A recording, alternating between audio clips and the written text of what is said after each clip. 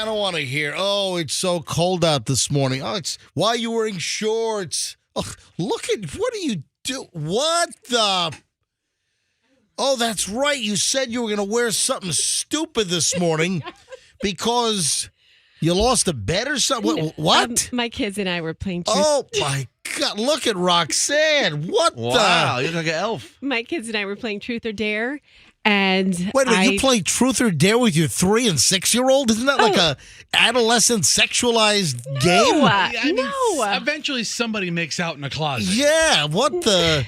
Not at this age. It's just like jump off the couch. Mommy, wear my elf costume to work on Tuesday. What the? Why do you have an elf costume? What Because the? I play Truth or Dare, and this is the dare. Wait a minute, but why do you have a elf costume? Who doesn't? Or an elf costume? In the first place. Yes. This is my daughter's costume. What? Wait, how can the 3-year-old or the 6-year-old? The 6-year-old. Even then, how does a 6-year-old elf costume fit an adult woman? It looks like an adult size. It's okay. So unless here's you have the a thing. really large kid. Here's the thing: we bought a petite adult for her. Wait a minute. This will swim on her. She's 6. I'll show you a picture. It looks adorable on her. It looks much cuter on her. How can you fit into that if it's for a 6-year-old? Well, guess what? It's not zipped in the back, so that's it. part of it. There are parts of it that doesn't fit me. But I didn't lose. We played Truth or Dare, and look how cute this is on her. Can you see that? Well, I don't understand. She does have it on. Listen, Yeah. I don't understand how that fits a 6-year-old and She's fits you. I mean, it fits her to the ground. I mean, that's her entire body, and it's like a click above a miniskirt for Roxanne. Turn around. You're not zipped. I'm mostly zipped. Let's see her. Turn around. Let me. Oh, you're not going to turn around for us? She's getting there. Okay, yeah, there's her back. Oh, her yeah, back is that's open. it. You don't want us I to see can't- you don't want us to see your bra strap. No, I don't want. It's not that I don't want you to see my back. Woohoo! There's my back, but I couldn't zip it all the way. Baby and then, got back. And then Doug was even like, I was walking out. He's like, your dress isn't zipped. Do you want me to zip that for you? And I go, no, because then I won't be able to unzip it when I change into normal clothes. Wait a minute. You're not going to wear that during the whole show? No, I'm gonna. No, you have to. My kids are calling at 7:00. Fix your camera so we get a better angle, so we get the hat. Oh, fix we'll get it, fix we'll the get it. I'll camera on send the it. stick. So my kids will Oh, call wow. in the 7:00, like early 7:00, and then I'm gonna take it off after they call. This is very they're hot. calling your cell phone? No, they're calling you. They want to confirm that I wore it. What was their dare to Doug to stay home sometimes? just as long as your 6-year-old doesn't break into song. All right? Please. She's not going to do that. What did you say, Froggy? I said, what was their kid's dare to Doug to stay home sometimes? Daddy, I dare you not to leave Mommy and the family for every weekend to go golfing. Daddy, I dare you stay home sometime. I dare you not to prioritize Derek Jeter over us. No dare. Sorry, guys. All right, you guys win. You guys win. I quit. I'm out. Oh. Roxanne Wilder. Doug. Roxanne Wilder. Doug. You okay? Well, you said, excuse me. You all right? Yeah, you're sitting there yucking it Oh, up. fine. It's a yuck fest. sure is. So Roxanne is wearing the goofiest.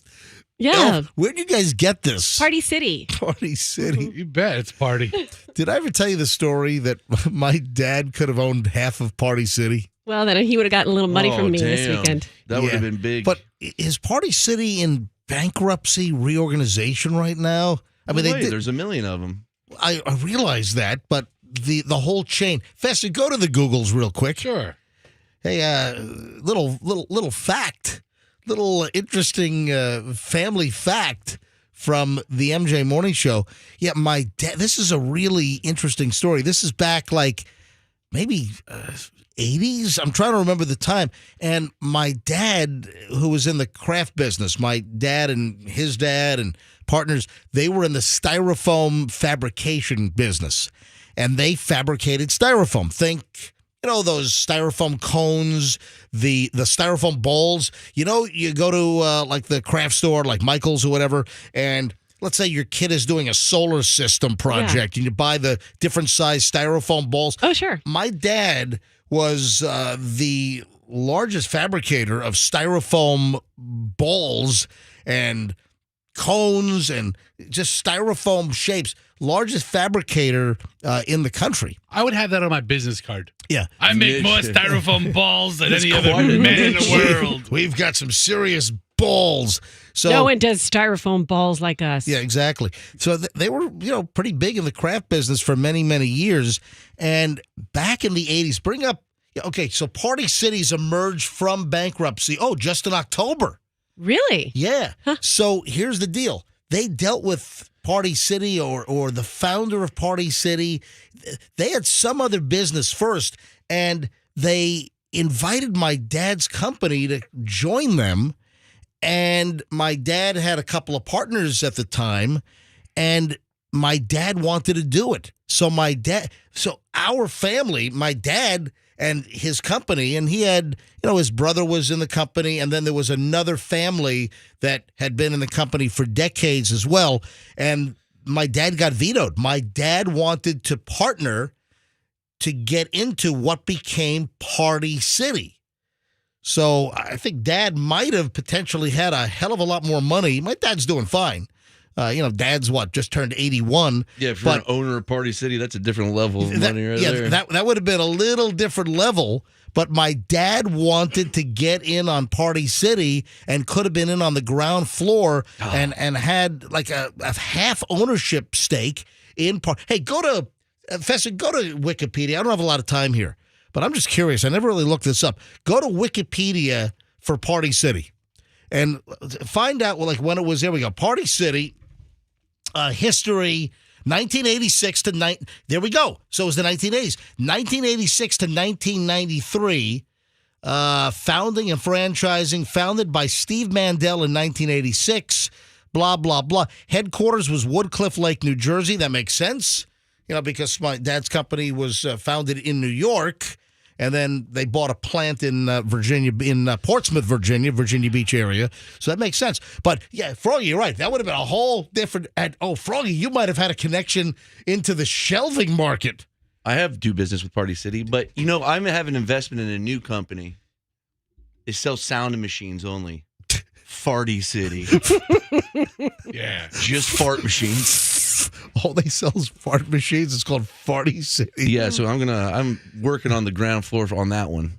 Hopefully they'll open up a whole 1,000 stores. My dad's all pissed off at his partner still to this day. Yeah, I would be too. That they said no. My dad saw the light. My dad's what I think his partners were like, we got to call my dad later this morning. You want to talk to my dad about that? Oh yeah, please. About his failed investment. My dad wanted in. His partner's like, Party City, a store for just like party things? We're not in the partying schnit.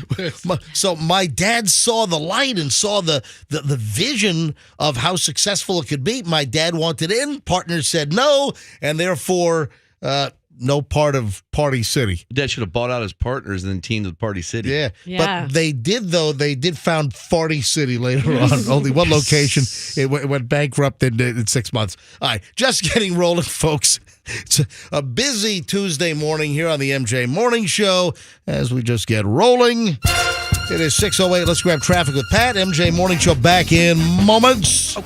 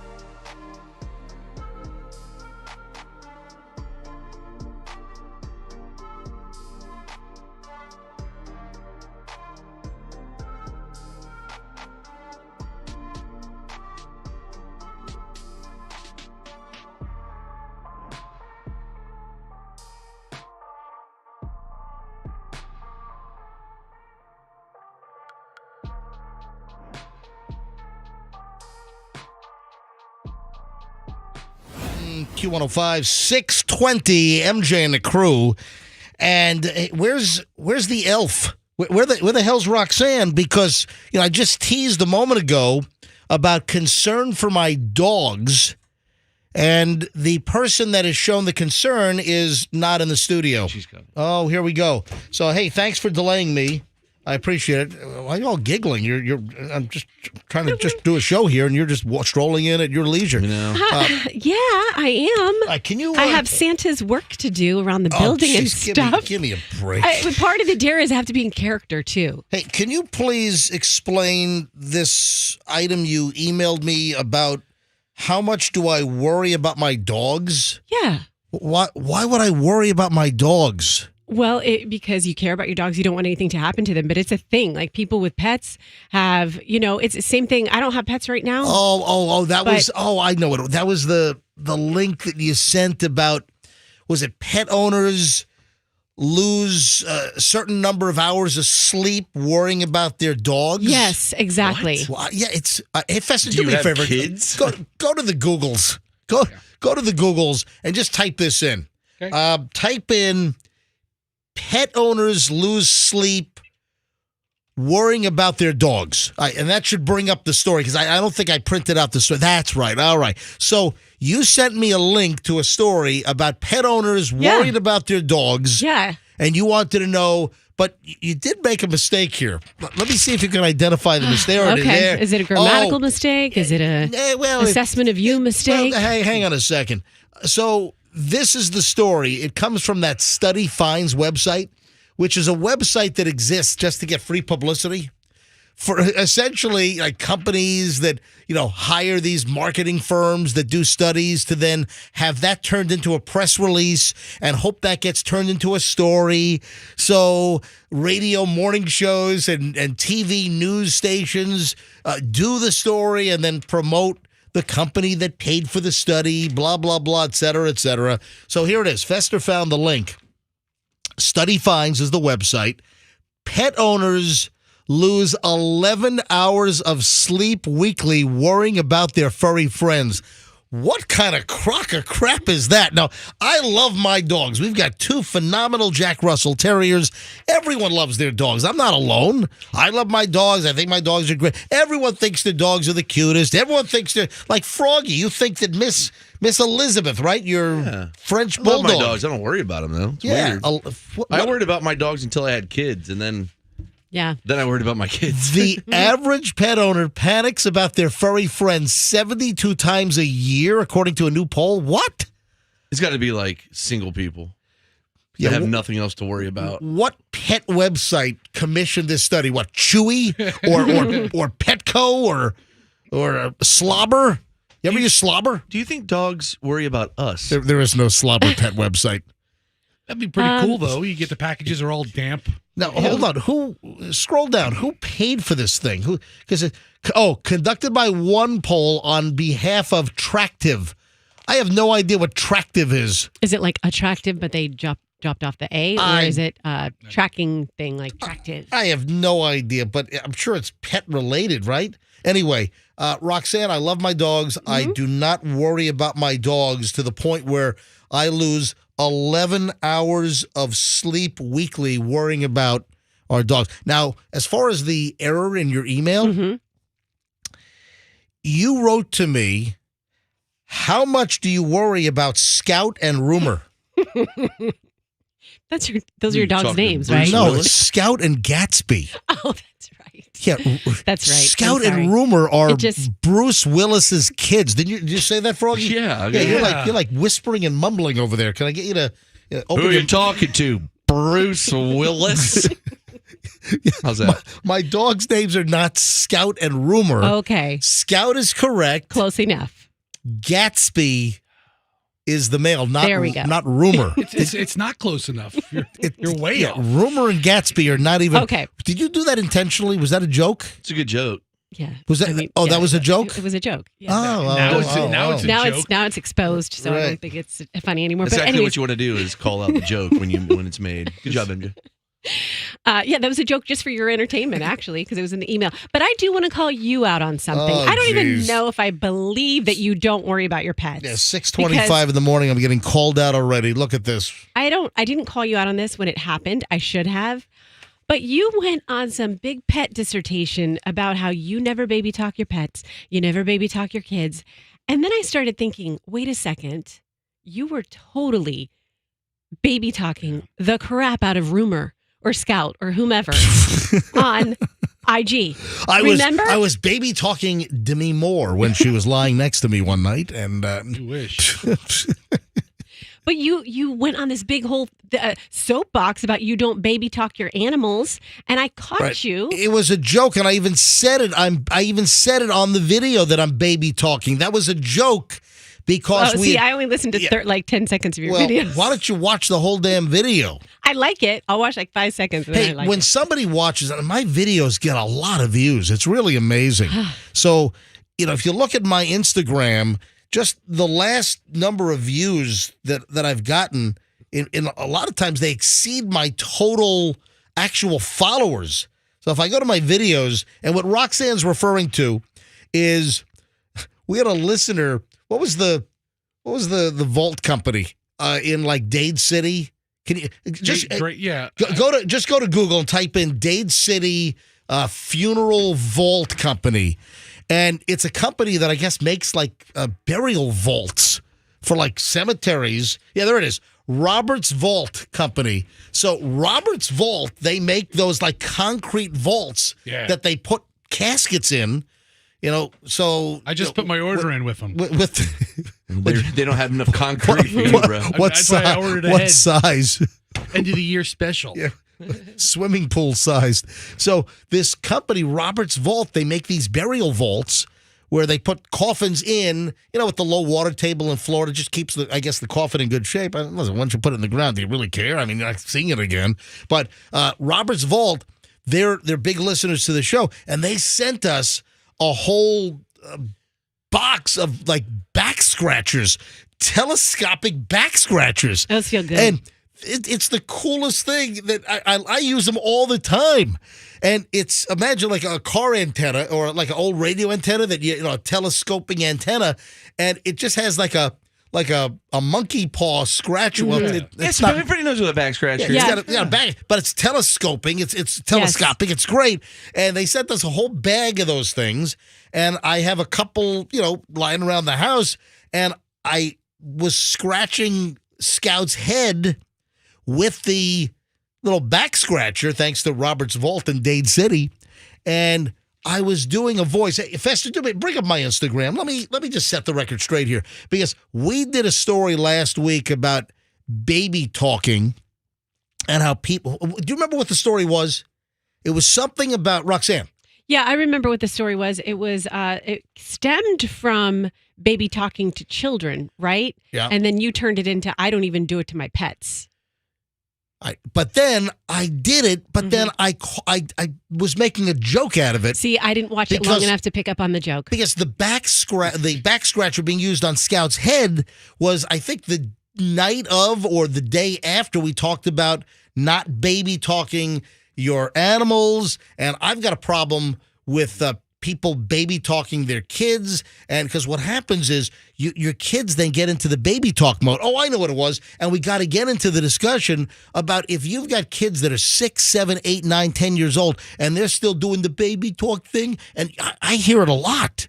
It's like, come on, get your kids out of the baby talk. All right, here's the video, and it's cute as hell. It's little Scout, Jack Russell Terrier, our female, and I was scratching her head with the little back scratcher device. So let me bring up the internet here, and I'll play it here. And Out. You want your head scratched? You got an itch? Oh, yes, look at that.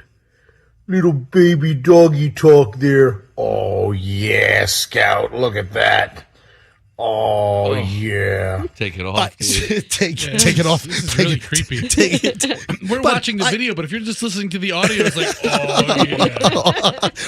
You know what happened there? What? You realized you were baby talking, and then you cut it off. You're like, hey, No. yeah, Scout, you like that? Yeah. I did it intentionally. I go little doggy baby talk because it was the same day I think that we were talking about baby talking your dog. No, I think that's how you really talk to No, him. And that's okay. I that's don't. That's sweet. I'm not. And I think you worry about your pets, too. I'm not a baby talker. Oh, yeah. Anyway, the video is up on my Instagram if you want to see it.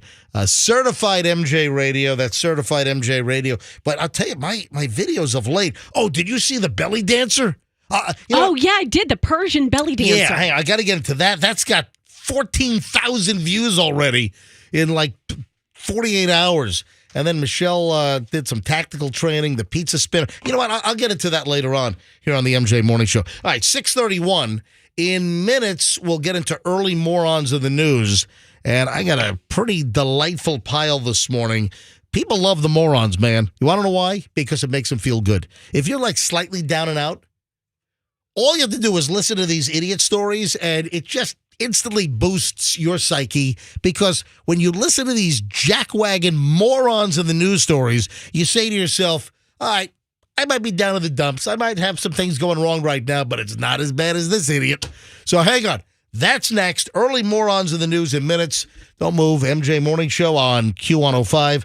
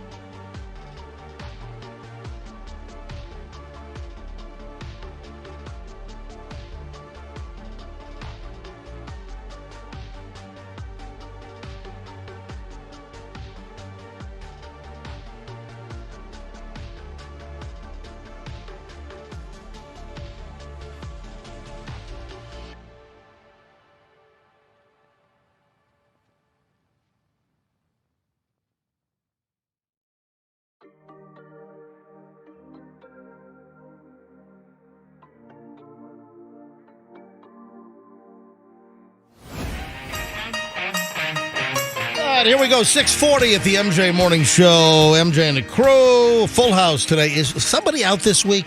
Who's out? Who said they're not going to be here one day this week? I think Roxanne. What? Oh, you think Roxanne? Yeah, I'm an elf right now, so I think we're talking about Roxanne. Yeah, Oh, jeez. she is out tomorrow. Yeah, Roxanne's dressed in a ridiculous elf outfit Let me tell you. that belongs to her 6-year-old daughter. How are you in a elf costume that fits a 6-year-old? I have no idea. And I showed you the picture. Yeah. It fits her well, but this Hold is on. So you're out on a Wednesday? tomorrow, yeah. Okay. So this is so... And this is because of what reason again? Oh, I don't know, because we get a little benefit around here called vacation days, and I want to use mine, and I don't want to leave you know what? 2 weeks on the table. A vacation day in the middle of the week on a Wednesday. That's a great That's idea. Excellent. Just vacation day. What if we- vacation Wednesday. MJ, Yay! what if we did a live show Monday and Tuesday, just like a recap show on Wednesday, and then we just bang out Thursday and Friday? What about Howard Stern? What does he work like one day a week? Is that Is that the deal with that dude? I don't know. I don't listen to that guy. God. You know what? Speaking of radio, I've been just checking out some of those Joe Rogan podcasts. Uh-huh. What a waste of brain space that guy is. Just void of it. That guy's getting paid $100 million from Spotify. What did you listen to? What interview? I don't know. Just some two comedians that I've never heard of. I'm like, what the? I'm sorry. I don't get it. And folks will say, oh, you're just jealous that he has $100 million Spotify contract. No, you can have people that are the greatest. You can have people that are just phenomenally talented, and I'm in awe of many people that are just amazing talents. And like Ryan Seacrest. Oh my God, we stop it! Don't get me started. Just saying. Don't get me started on that. Name one really talented person. There are many. I'm not going to sit here. I got to do early morons in the news. But no, there are remarkably talented people that don't have major success or financial success, and it's about timing. It's about who you know. And I'm sorry. Oh yeah. The Joe Rogan thing. I don't get it. Is that guy worth $100 million? No.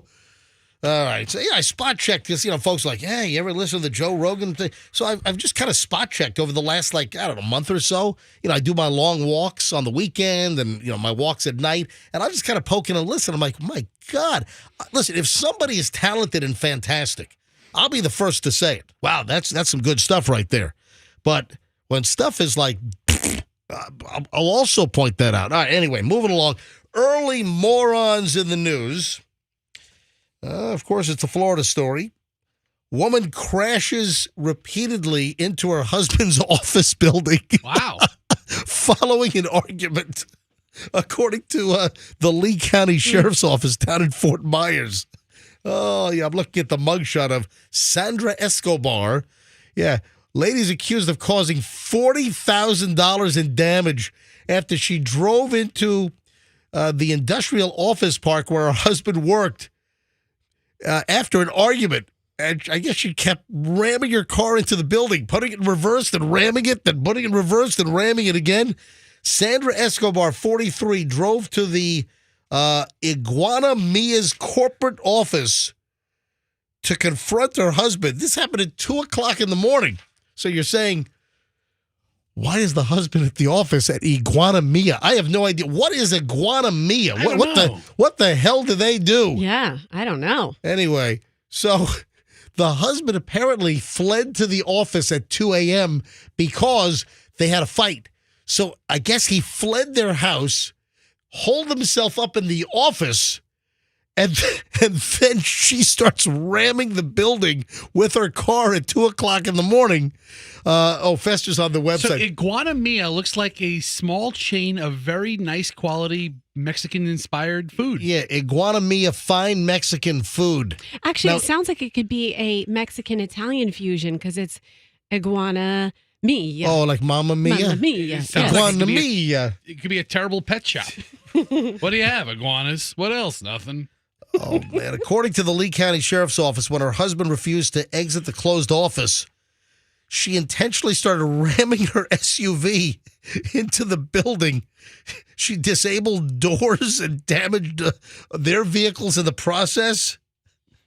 Oh, man. She was driving like a nice GMC, the big GMC SUVs.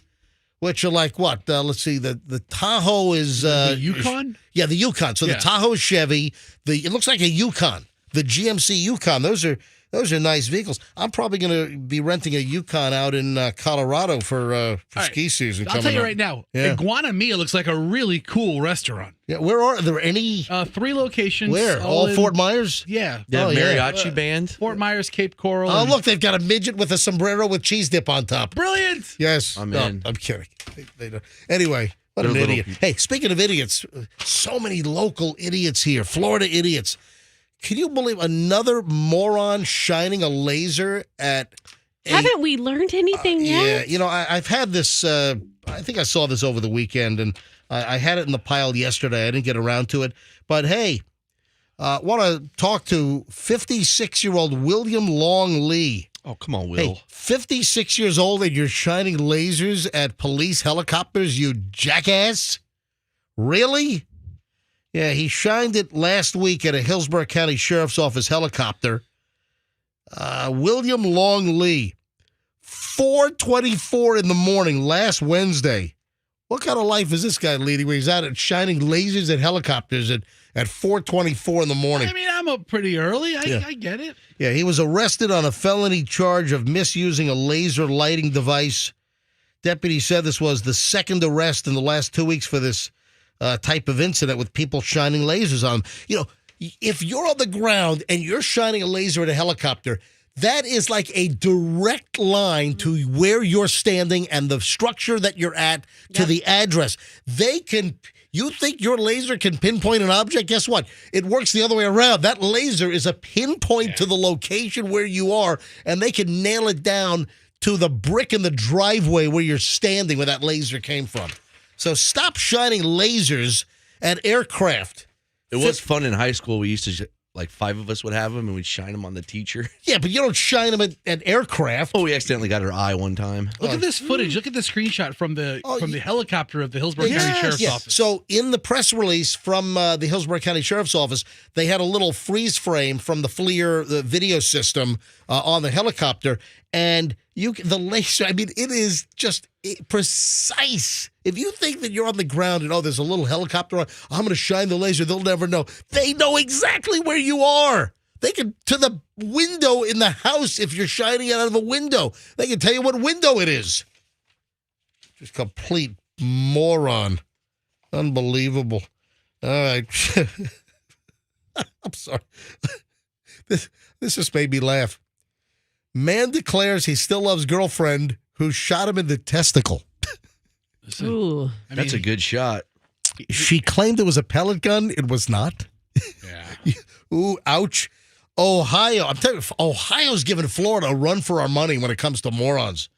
Don't underestimate Ohio for the level of trash that lives there.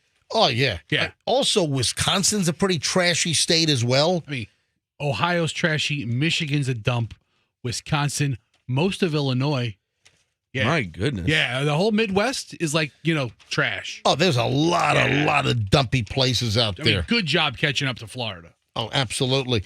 All right, so quickly here. She shot him in the testicle. Yeah. Hey, that would be a really good John Bon Jovi remake. Shot in the testicle, and you're to blame, Yes. darling. No. Testicles too wordy. You got anything False. a little shorter? What'd you say? Jingle? What'd you say? I just said this thing is jingling on my head. I just no. You got to sing it, Rox. No. Come on, sing it. No. I can't sing it like that. Shot in the balls. There you go. and There you you're go. to There you blame, darling. Or shot in the junk, and you're to blame, darling. You give love a bad name. That works. How about nut? Yeah, I mean, Yeah. Shot any in of the those, nut, and you're to blame. any of those single syllable descriptions would work. How about I like nugget? shot in the junk the best. How about Shut- bag? Shot in the junk. So how about shot in the sack? Listen, this is the definition of giving love a bad name, though. Yes, it Shot is. in the scrotum, and you're to blame. Yeah, I like that too. Even though it's 2 syllables, it's a strong word. Anyway, so Charlie Glenn said he was asked by his ex-girlfriend, 36-year-old Tanya Nestor, to take a walk when he realized that she had a pistol in her hand. Yeah. She said it was a pellet gun and said, "Let me see it because I'm not going anywhere with you with a gun." And she pulled it out and shot me. Police say that Glenn was able to wrestle the pistol away from Nestor despite being injured and bleeding while family members called 911. She pulled the pistol out and shot me. I proceeded to take the pistol from her at that point and got her down, Glenn said. My family members called 911 because I was shot and bleeding. He was rushed back to his house by his friend after the shooting. What the heck? Anyway, I'm looking at the mugshot of Tanya Nestor, and it was apparently not a pellet gun. Reports said that it was a small caliber real firearm. Oh, man. That sucks. Ooh. I think I found the news report from Fox 19 News where shot in the testicle stories come first. Do you think they were singing on the news set, shot in the testicle and you're to blame? I bet you they Tell you were. what, I got to take a break, and you preview it. If it's good enough, we'll listen to it when we get back. All right. And also, I guess Roxanne's daughter's calling in for some reason because of the Truth and Dare elf bet next. All right, hold on. All of that's next. A lot of stuff on the way. 7 o'clock hour is straight ahead. MJ Morning Show here on Q105. Stand by. Hey.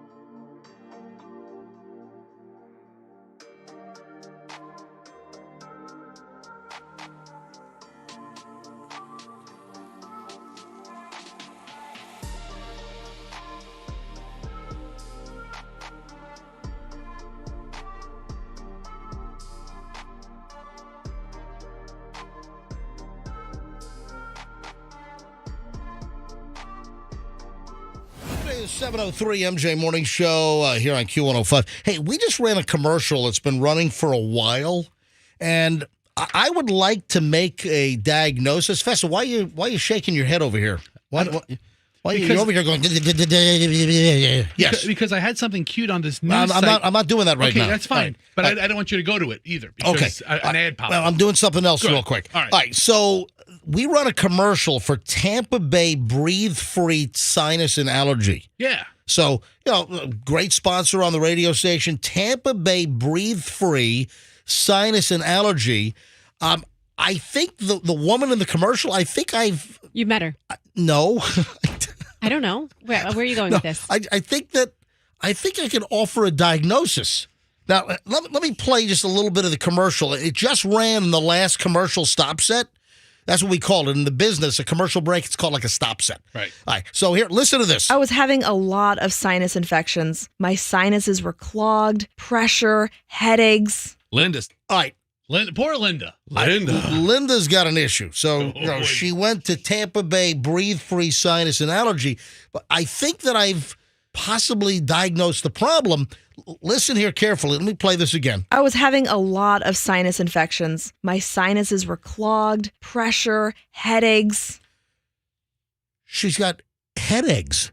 She's got eggs in her head. Yeah, that is a serious thing. Listen, I'm telling you. Headaches. She's got, are those fried eggs?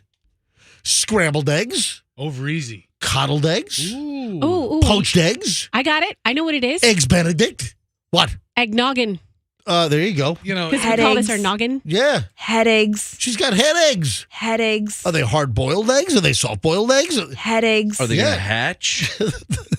Are they spider eggs? Yeah, but I say, yeah. Little chickens are Alligator going to eggs. climb out of her nostrils. So Isn't it true Head spiders eggs. can go in your ear and lay head eggs? I think so, yeah. Maybe that's what it is. Headaches. anyway, you got sinus problems, you get a hold of Tampa Bay Breathe Free Sinus and Allergy. And also, if you have eggs in your head, Headaches. Give if you them a have, call. give them a call. They can help you with that as well. Unscramble them. Yeah. All right. So, Festa, you dug up the news story. Folks, if you're just tuning in, and many people, alarm clock goes off at 7 o'clock, or you're just tuning into the program. A little while ago, we did the early morning morons of the news, and there was a story out of Ohio where a guy gets shot in the junk by his girlfriend right in the testicle. So, Festa, you found the actual news story from Fox 19 Now out of Ohio? I did. All right, let me hear this thing. Let me see how they present. Accused of shooting a man between his legs. And that man is speaking only with our Mike Schall about the incident. Oh. He just wrapped up that interview and joins us live. Wow. So, Mike, what did he have to say? Yeah, Amber, we are along Schuler Avenue in Hamilton, and we actually saw Charlie Glenn come home from the hospital about 3 o'clock this afternoon. He was surrounded by family members. Now, he was able to walk into his house, albeit very slowly. Meanwhile, his ex-girlfriend, the woman accused of shooting him, is now behind bars. In the nut. I need an ambulance ASAP because Charlie Glenn just got shot. Police say the woman on the call is Glenn's ex-girlfriend, 36-year-old Tanya Nestor. Shot him with and it's in between his legs. I just don't know exactly where. Shot him in between the legs. Yes, I don't know if it hit his privates or what. The alleged Oh my gosh, he said, I don't know if you hurt your privates. I don't know if it hit. Whoa. I don't know if it hit the privates. Sure did. Well, there you go. Wow. Fabulous story. Then there's a picture of this poor bastard with his one junk just. And then the guy also says this Charlie Glenn that got shot in the by his girlfriend. He still says, "I love her. I still love her. I still love my girlfriend." But the news report said ex-girlfriend. I mean, He's got an ex-testicle too, apparently. you can have love for an ex-girlfriend, I guess. Oh man! All right, so Roxanne, Yeah, we have somebody on that. They're trying to call my Is your phone. kid calling in? They're calling my phone. Yeah, well, that doesn't really work well Yeah. if they call your phone. They Andrew, can you call him because he's trying to call me? Yeah. But Call Doug? yeah, Andrew. What's happening? Hang on a sec. Maybe they're calling. Oh, I think. Are they got it. calling? Yeah, you call the 800 line here, or how about the hotline? Does your He's- family not have the hotline? No, but he's asking me for the number, and I'm texting it to him, but it's green. You ever get green on your phone? So I don't know if he's getting it. I have no idea. Hey, let me ask a question, and I brought this up yesterday. Do we have them on the line? You do have them online? All right. All right. So they called in to the 800 line here at the radio station. So, Roxanne, we're going to hear from your daughter. Mhm, because And which one is the 6-year-old? the What's her name? 6-year-old, Evelyn. Evelyn.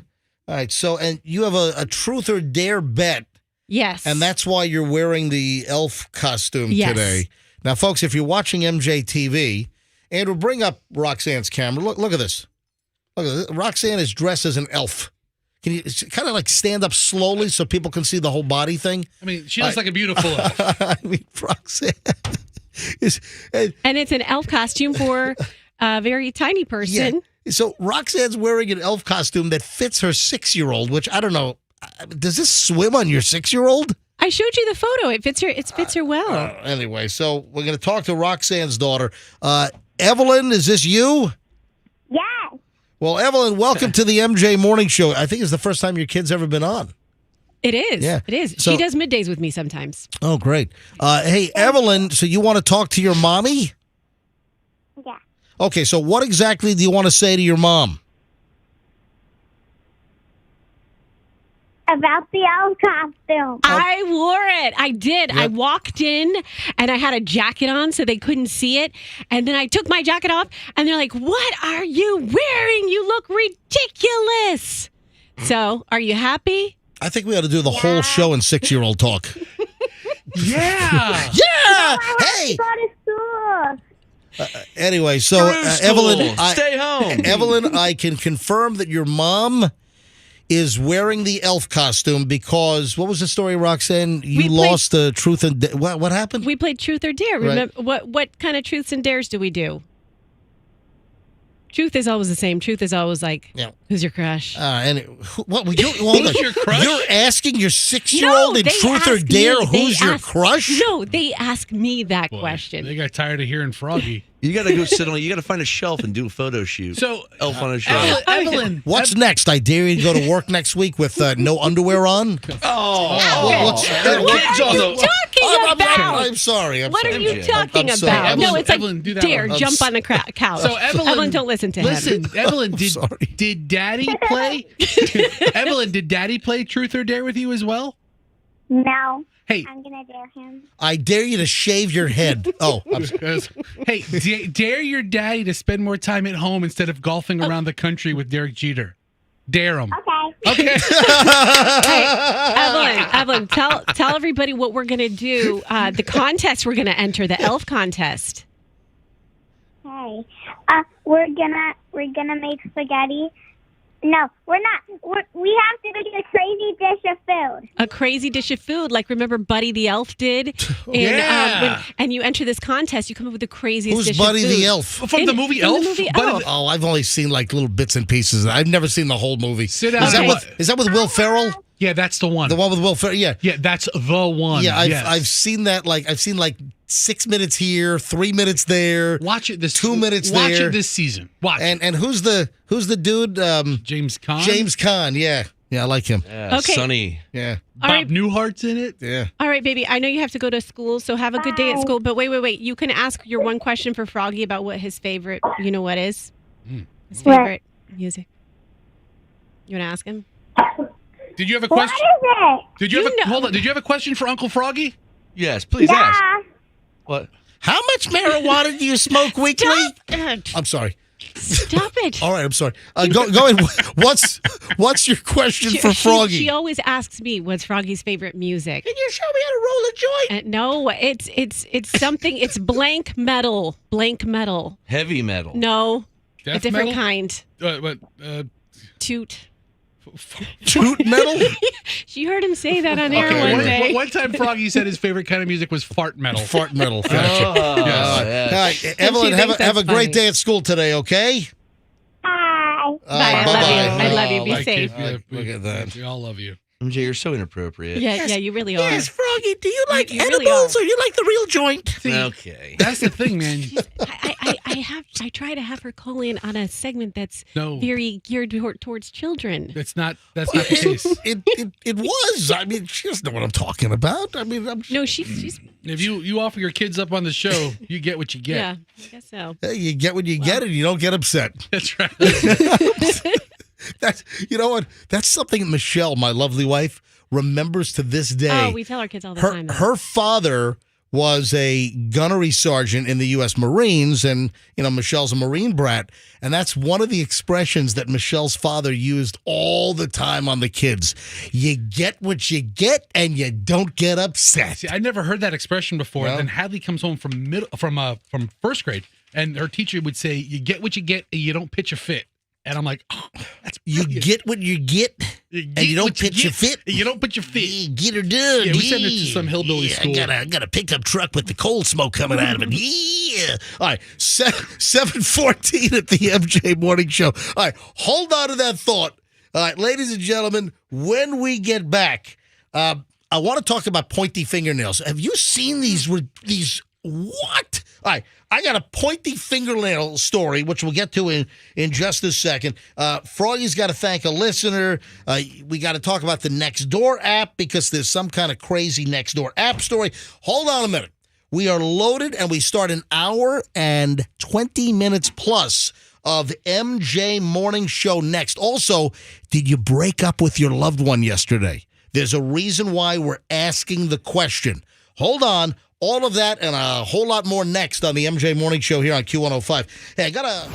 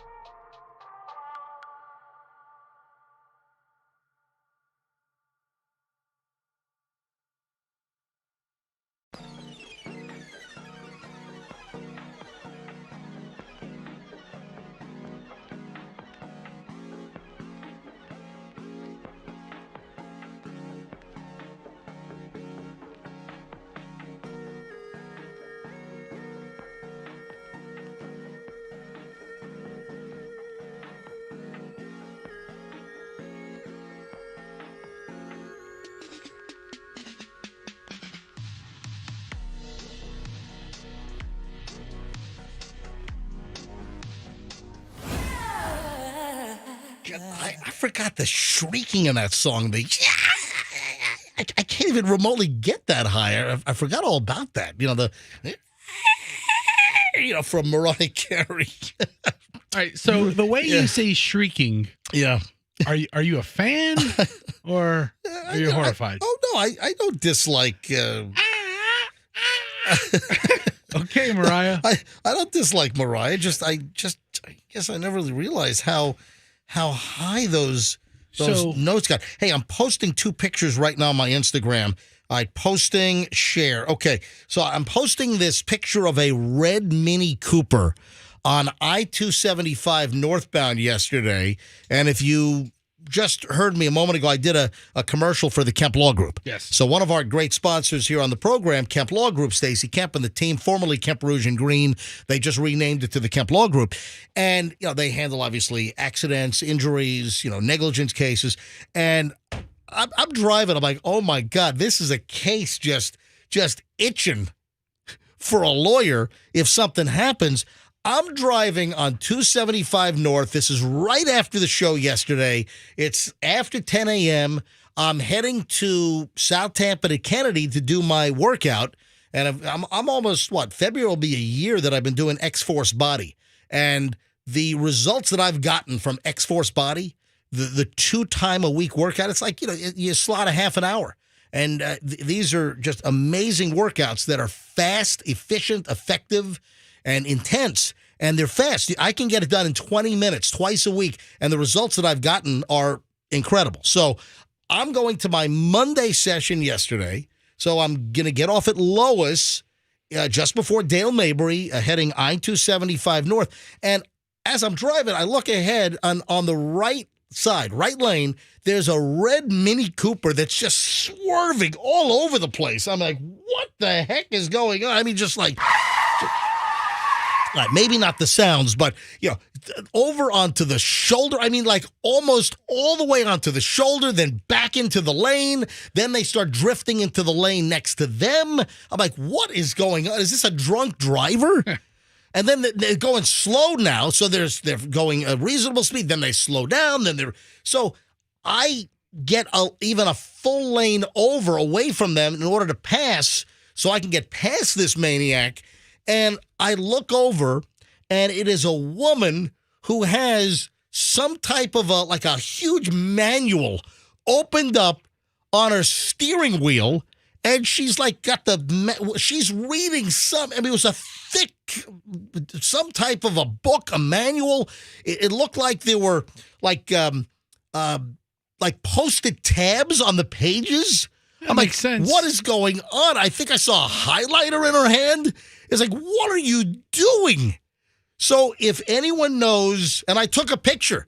What's going to happen if anybody does know this person? So she was busy, obviously. Well, yeah, seriously. I know that person. They say that some people use their automobile as their office. Well, quite literally, but this was dangerous. And I snapped a photo as I was exiting Lois. So I'm slowing down. I'm in the exit. I'm totally in the exit lane. Nobody's behind me. I'm getting off the interstate. And I was able to snap this picture. I'm down to like 40 miles an hour as I'm exiting. I just grabbed the camera. I've got the one push, so you just hit the button on the side. It goes right to the camera, and I just take a shot quickly. So I don't need anyone saying, "Oh, MJ, you're playing with your camera while you're driving." Cut the crap. I was in total control, no issue. So I snapped the picture of this red Mini Cooper. And this woman, I'm telling you, can you see the book? You might even be able to see it on the top of the steering wheel. What was she doing? Red Mini Cooper, didn't get the license plate number in the photo, but literally driving from one lane to her lane onto the shoulder, then getting back, reading and I think highlighting stuff with the whole freaking book or manual, whatever she was doing, just totally splayed out on the steering wheel while driving on 275 North. That's some multitasking. That's called dangerous tasking. Yeah, I mean, I know. Okay, so that's called idiot tasking. All your picture shows is somebody in their lane driving what appears to be the legal speed limit. You're such a Karen, dude. I am just telling the story, and I got a picture of the vehicle. So what do you want to do? Turn her in? Yeah, I mean, you make a citizen's arrest? No, I'm trying to point out, drive your car. We've talked about this a million times. The number of people on cell phones, when you drive and people are doing 65, 75 miles an hour on our interstates, and the number of people that you'll see buried in their phones for 10, 15, 20 seconds every single day. And then this woman is all over the road from shoulder to her lane to the other lane because she's reading while driving. I'm like, what are you doing? I'm just pointing this out. It's a public service message. I don't know that I don't know. It's a public service announcement.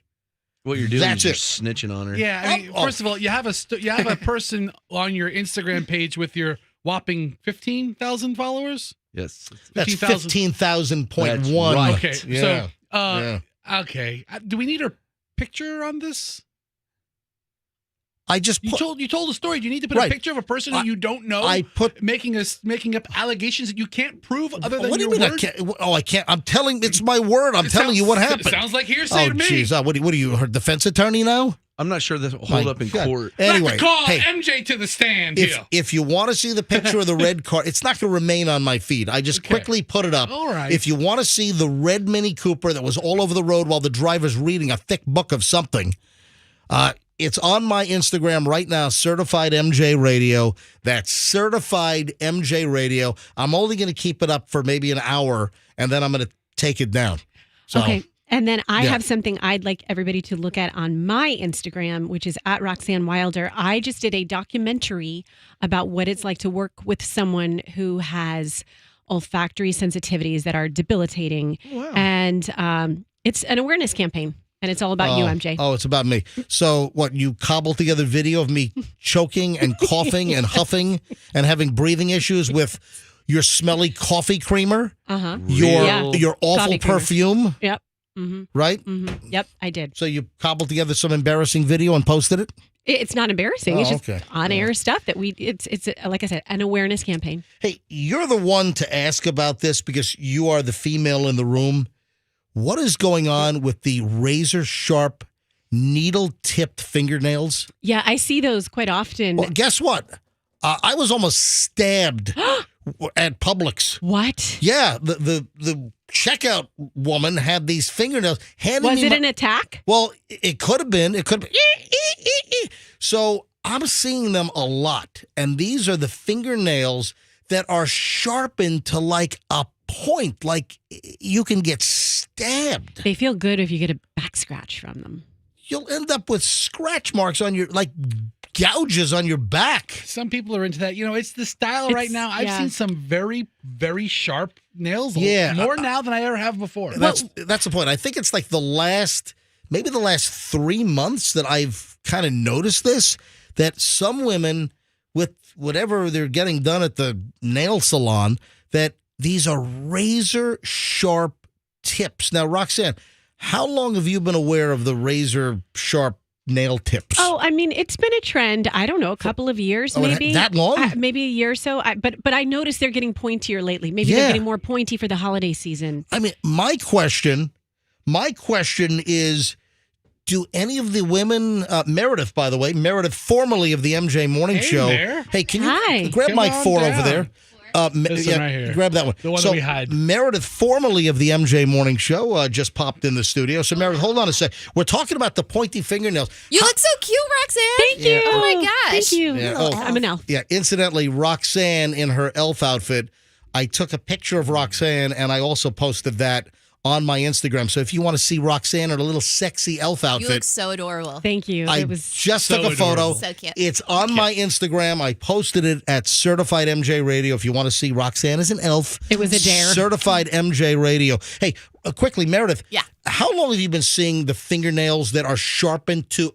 See, no, those are... They're rounded. Yeah, yours are rounded. How long have you seen women with the fingernail tips that are like needles, that sharpen to a point? I would say about 5 years now, You 6 years. think it's been that long? 100%. Yeah. Because whenever I got them done, I paid a lot of money for them, and I immediately had regret driving. You ever poked your eyeball out? You ever scratch your cornea? Yeah. Yeah. I mean, but yeah. What if you're just sleeping in the middle of the night and you like scratch yourself? I was scared to have that, especially with the babies and changing Yes. diapers and stuff like that. Yeah. What I about got- hygiene? I got stabbed with one at Publix. The lady was handing me the receipt. You got stabbed. I had to go get Are a we being a little extra right now? nope, I had to get a tetanus shot.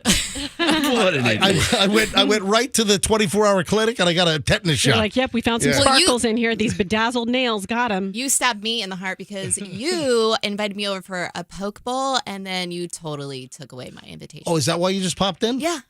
So are you ever going to make me a poke hold bowl? on a sec. You popped in to call me out Yeah. because I didn't invite you over to the Poke Bowl? Well, I just honestly think it's really rude of you to invite me over to your house. And I've never even been to your house before. Everybody else gets to go to MJ's house and go hang out. You're And not over here missing- you have like you're a not Christmas party you're and not stuff like that. I'm missing like, anything. what happened to me? Well, we've never been inside. I'm like Yeah, an we're- ex. we're not Just half- like, oh, you don't exist anymore. All right. Dramatic. So I know. You're right. You did comment on an Instagram photo of one of my phenomenal tuna poke bowls. Yeah, don't tease me like And that. then I did say to you, you know what? I'll have you over. I think Roxanne also, right? Didn't I say Oh, that? did you invite me? I would love to. Yeah, I love. Yeah, of course. Yeah. I'm I- Roxanne too. I think, I sure as hell don't want to go. yeah, because Festa won't eat anything remotely healthy. Not because of you two Yeah. lovely people, because of this guy. No, but you're right. I did invite you over for one of my delicious-looking poke bowls. Tell you what. What? Little rushed in 23. You hit me up in You're January. putting it back again? No, you even said you're like, oh, can we wait until November, December, All right. blah, blah, and now it's going to be Jan. And All it's right. never going to happen. No, you know, MJ, it's all just right. never going to happen. I promise, and we'll have photos to prove it. So when we get back after Christmas break, Right. in January, Sure. whoever I'll do a morning show poke bowl party. And, Oh. a poke bowl party?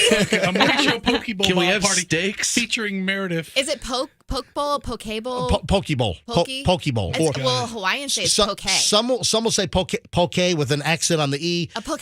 Poke How about bowl. a steak dinner at Burns? Yeah, that sounds good. I'll Yeah. take that. Yeah, how about you poking my eye out? Yeah, That's all. let's do that. Make sure you have the sharpened fingernails to eat your poke bowl, and you can poke your eye out. All right. So, yeah, I promise. Okay, all right. January poke bowl at my place. Okay. All right. I don't know if this will actually happen. It'll never I'll happen. hold my breath. Don't hold your breath. It's never going to happen. You know, ladies and gentlemen, Meredith, Yes. formerly of the MJ Morning I'm Show. running the morning show over there by myself this week, by the way. Oh, we're not allowed to do that It's here. kind of busy. We don't do that here. We Did you just- know it's Yeah. hard to run a morning show by yourself? Oh, You're kind of yeah. exhausted from it. We wouldn't know. You're not allowed to do that over here? We're we going to don't do play that. best ofs for the next month and a half. MJ, let the monkeys go crazy in here and have some fun. What'd you call us? Monkeys. Okay, all right, listen. I don't think you're helping. First of all, Pretty accurate. former monkey. I am a former monkey. What am I now then? Did I graduate from monkey? You're a gorilla. Not really. All right, well, you guys have fun. Thank you, Meredith. Enjoy yourself. You look I cute, Roxanne. Have a appreciate great day. Thank you. Thanks for wearing that No, today. but seriously, the pointy. Yeah, no, I feel like the things that you could do to yourself, that you could cause bodily harm on yourself, just doing basic activities I mean, like what about- using the restroom. Yeah, what about wiping or something? Yeah, you know? exactly. I You get mean, these razor sharp fingertip nails, and you got a Right. wiping accident. Okay, You know. First of all, you two first worlders over here. Has anybody called in with these nails, with these weapons on their hands, with these Edward Scissorhands looking? one of my girlfriends attachments? has them, and she has I think they're a hot. lot of children, and so I'll have to ask Yeah, her she's got next a time. blinded child because she poked the kid Yeah. in the eye. She has a know. husband with a free Yeah. vasectomy. Uh, Oh, sorry, honey. But it feels really, you know what? Here's the thing. It feels really good, like if you get a back scratch from nails like that. Because think about the back scratch thing you were just bragging about, You'll MJ. bleed. I'm telling you, I was The pointier, stabbed the with one better. at Publix yesterday. I'm going to call Kemp Law Group over this whole deal. Good. All right. So, you want me to go to phones on this? You want Yeah, to let's do it. I at least would like to talk All to right. somebody that currently has them instead of you guys saying, Oh. "How do you wipe yourself?" I'll tell you what. What are they going to say? Did, Yeah, I did- have them. did you ever get, or do you have? Stiletto, Is that what they're called? stiletto nails. Stiletto nails. These are the razor sharp nails that some women have. Have you had them? Do you have them now? Do you regret them? Did you ever injure yourself? Did you ever puncture anything? You ever, rip a hole inside? I mean, have you hurt anybody? Is there a beautician that could come give Fester some? Yeah, let's get Fester with pointy nails for the holidays. Let's go to phone. Seriously, anyone have these sharp, ridiculous razor needle tip pointy nails? 800-990-1047. Hey, if you got a story, when you had them and something happened, you had to take them off, or if you have them now and you love them, Any bathroom accidents? Any perforations of? Oh, I have a perforation. 800-990-1047. That's how you get in. I'd love to hear from folks with these fingernails right now. Or have you been injured? Oh, that's a good commercial. Hi, this is the Kemp Law Group. Have you been injured by somebody with ridiculously sharp, pointy nails? I mean, through no fault of your own. All right, 800, seriously, anyone with these pointy nails, or if you've been hurt or you've seen people or you know people with, maybe you work with somebody with the ridiculous razor sharp nails. 800-990-1047. I'd love to talk to said individuals right now or anyone that's experienced this.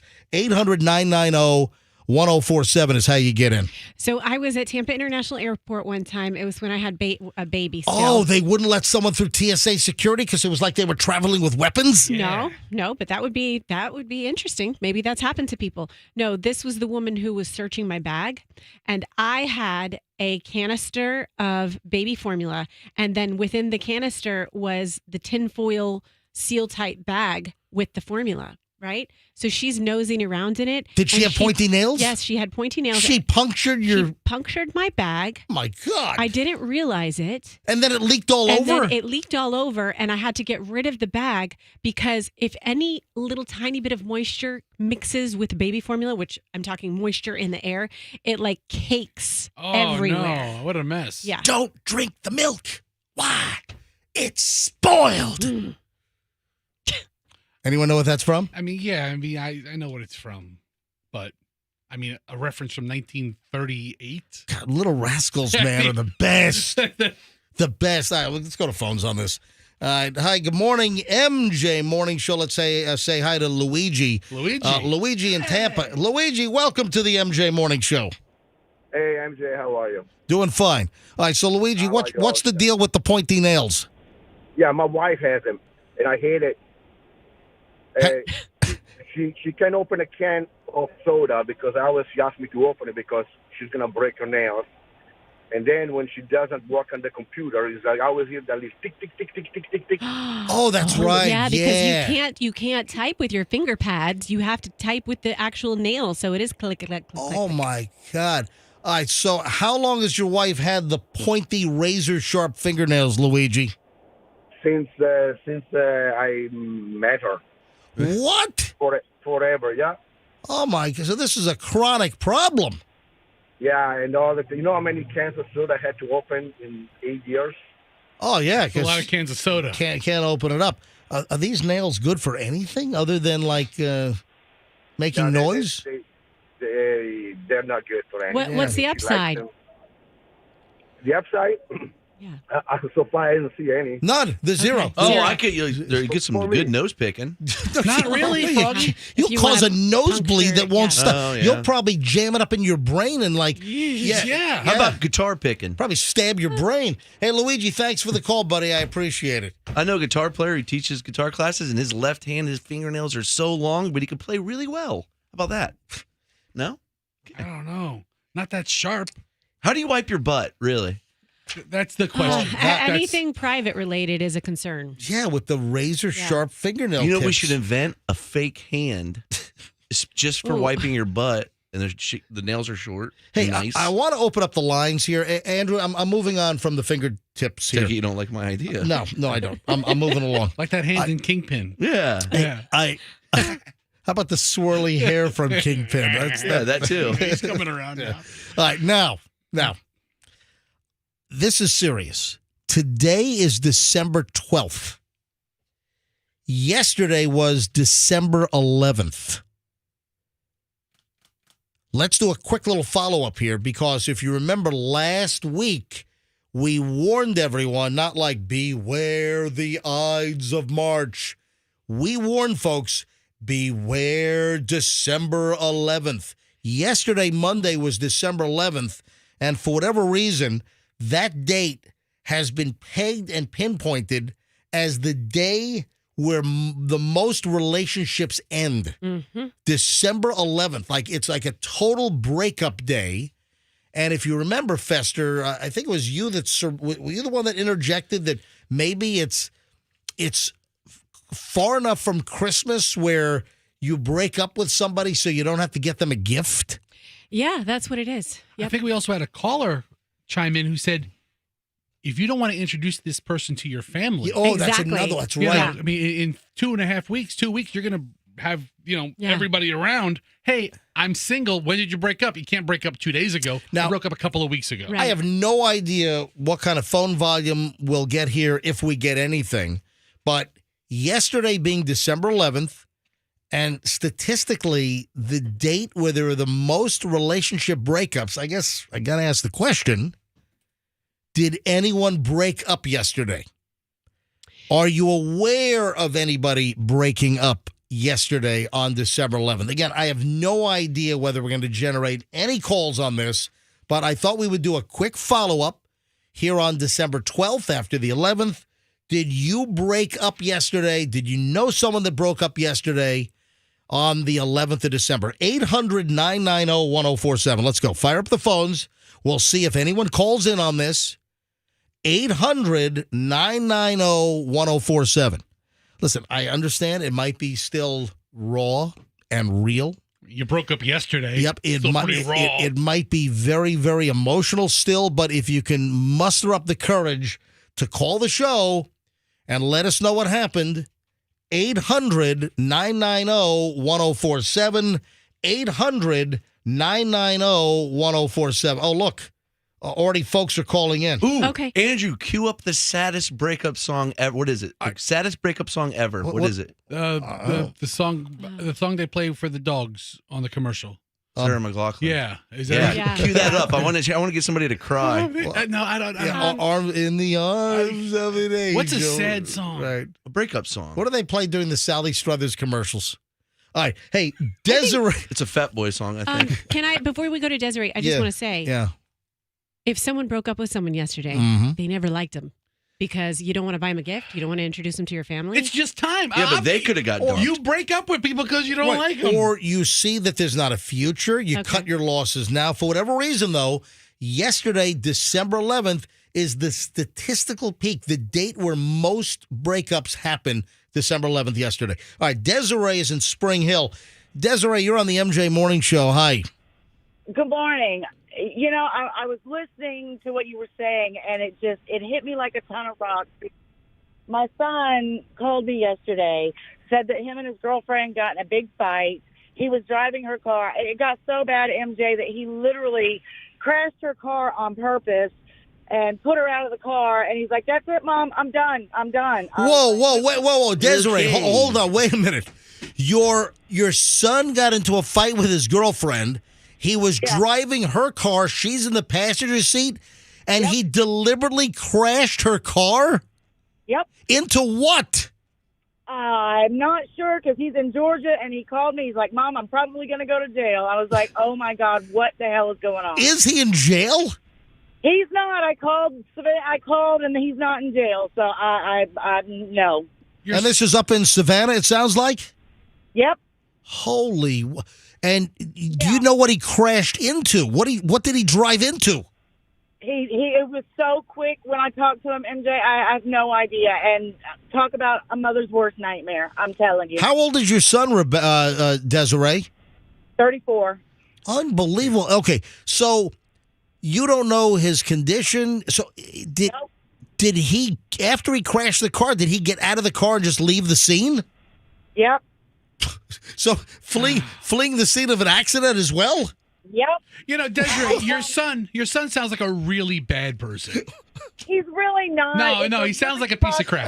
Festus, stop. Your son sounds Festus, like stop Desiree it. sounds Fester. lovely. Desiree sounds lovely. Desiree, you sound lovely. Your son sounds like a total piece of crap. He just had a bad day. Calm down. Such a bad day. I'm deliberately going to crash my girlfriend's car and then leave the scene. Let Desiree talk. She Go ahead, Desiree. This girl is the epitome of Satan's spawn. So I'm not The girl is.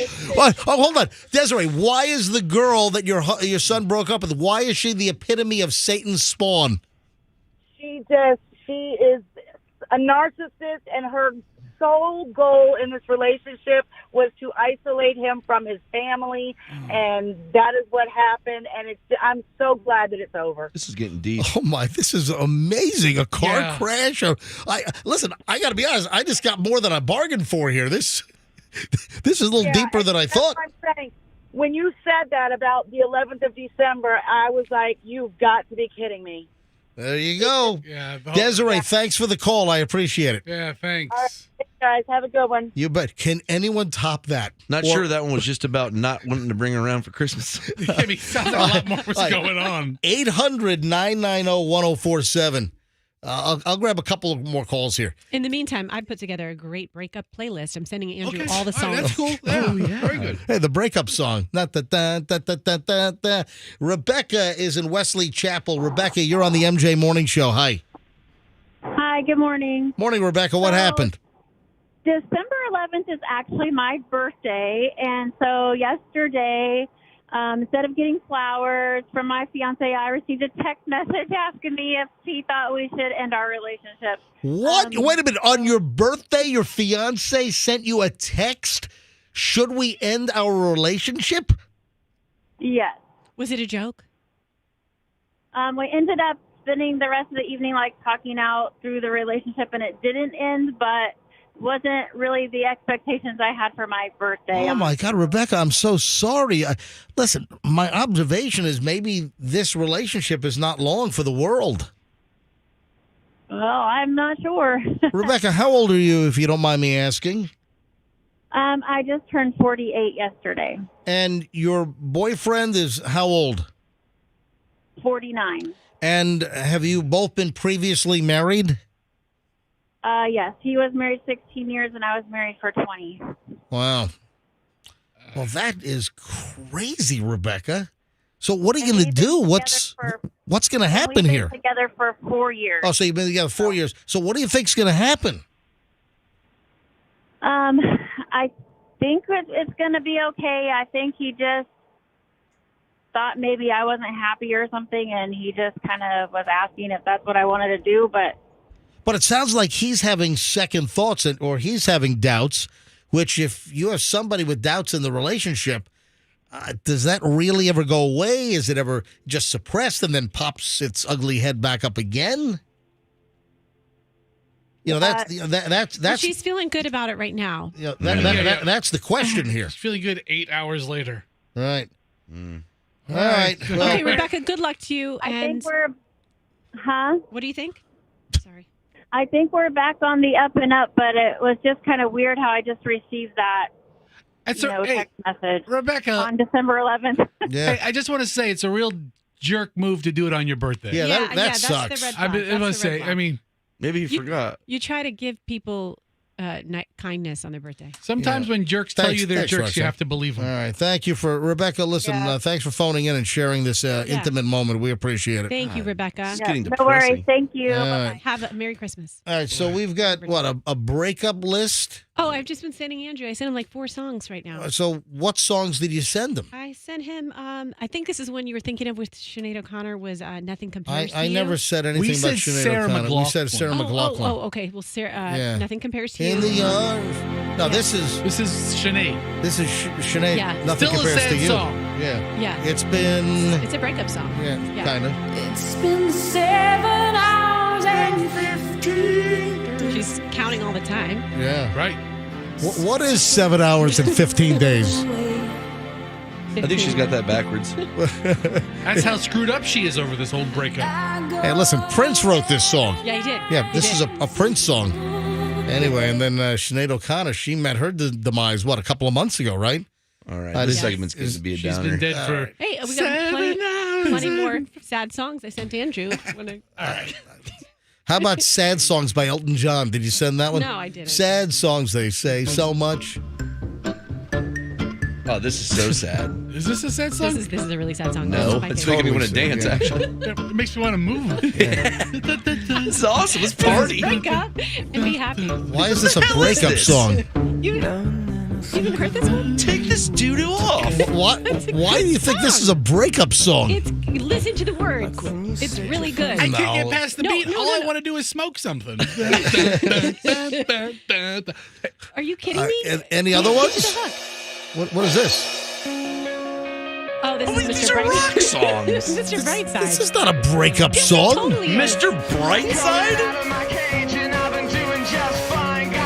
It's a great song. I'm gonna crash my car into a wall and flee from the scene. Get arrested in Savannah, Georgia.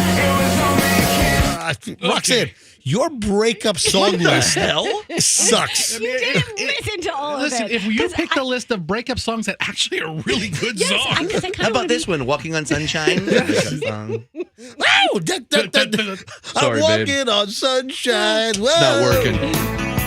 Oh yeah, here this is a breakup song. Anyway, all right, moving along. Hey, you know what else December 11th was, MJ? What else was December 11th?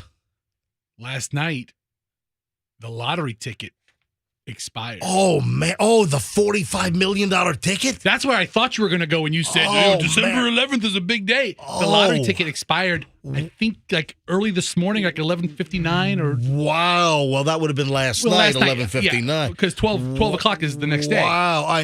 Here's the story. Hey, folks, we talked about this recently. A Florida lottery ticket, $44 million. Fester just brought up the story. Unclaimed $44 million lottery ticket expired at midnight last night. Over. $44 million gone. Officials with the Florida Lottery say the deadline to claim the money was last night at midnight, Monday, December 11th. The ticket was purchased at a Sunoco Express on North Orange Blossom Trail in Kissimmee back on June 14th. Wow. And apparently no winner, no claim. 80% of the money will go toward state education funds, and then the remaining 20% will go toward future drawings. Now, this wasn't Mega Millions. This wasn't Powerball. This was the regular Florida-only state lottery, and someone bought a ticket at a freaking gas station back in June, and it ended up hitting all six numbers, $44 million, and nobody claimed it. What? I mean, talk about life-changing money. Someone bought a ticket, and then what? It flew out of their car window. They never checked it. Forgot they bought it. Washed it in their front pants pocket. I mean, who the hell knows? So now the state education fund gets like a $30 million windfall? That's awesome. I don't know if they annuitize that or how they divvy it up. But somebody really blew it, man.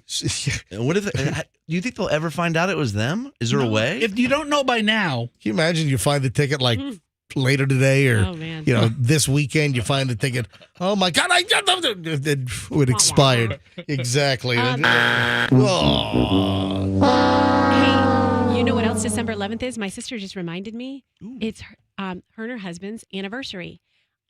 Oh, yeah, let's stop the show for that. Yeah, that's a showstopper right there. All right, moving along. So, the one missing a toe? Yeah, you tell Angela to let me know when it's her ninth anniversary, because that's one for each of her husband's toes. Yeah, he only has 9 toes. That's right. All right. All right, moving along. Happy anniversary, Ange. You want to hear something interesting?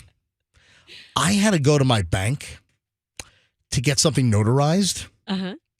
Because one of the people that I deal with at the bank, I don't want to mention which bank it is, but I love this bank, great service, because I'm going to mention something that I don't want to reveal the bank. But I'm getting something notarized, and Michelle is there as well, so they have to witness my signature, have to witness Michelle's signature. So the person that I deal with at this bank, this customer service rep that I deal with quite a bit on my accounts, is a notary public. So I roll in, the service is free, so I appreciate that. And while I'm in there, this guy walks in with a big canvas bag, like a gym bag. You know, like an oval shape. You know what I'm talking about? Like a duffel. Yeah, like a duffel. Yeah. And I'm like, what is going on here? Is this place about to get robbed? I'm looking for, is this guy going to hand a note to the teller? And the guy's up there for a long period of time. And I'm like looking out of the corner of my eye. I'm like, oh my God, am I in the middle of a bank? What is it? Guy walks in, huge duffel, and you could tell there was no weight to it because he walks in, it's just kind of dangling. And so I was able to determine, that bag looks empty. There's not anything in it. So there's going to be a robbery. He's looking to fill that duffel bag and get the hell out of there. That's what I'm thinking. I'm like, Dude, you are so paranoid. I'm like, am I in the middle of a freaking robbery here? Who walks into a bank with an empty duffel bag, Froggy? You calling me paranoid? Then don't people go in to get a bunch of money? Well, a duffel bag's worth? I don't know. Yeah. They go in to get a bunch of money where they hand a note to the teller that says, I have a bomb. Put all of your money in the bag. All right. So I'm standing there with Michelle, and I'm like looking. I'm like, wait a sec. Is this guy going to pull a gun? What is going on here? So, and he's up at the front counter for, I don't know, like 5-6 minutes. I'm like, what is happening? And then I noticed the bag is handed to the teller. I'm like, oh my God, this is a bank robbery. Son of a, it's happening. What do I do? Do I pull the cig? What do I, What, are you going to smoke in the middle of the place? No. Not that cig. Forget it. All right. So not a cigarette. The guy takes the bag, and you can tell now the bag is full. The bag's got weight.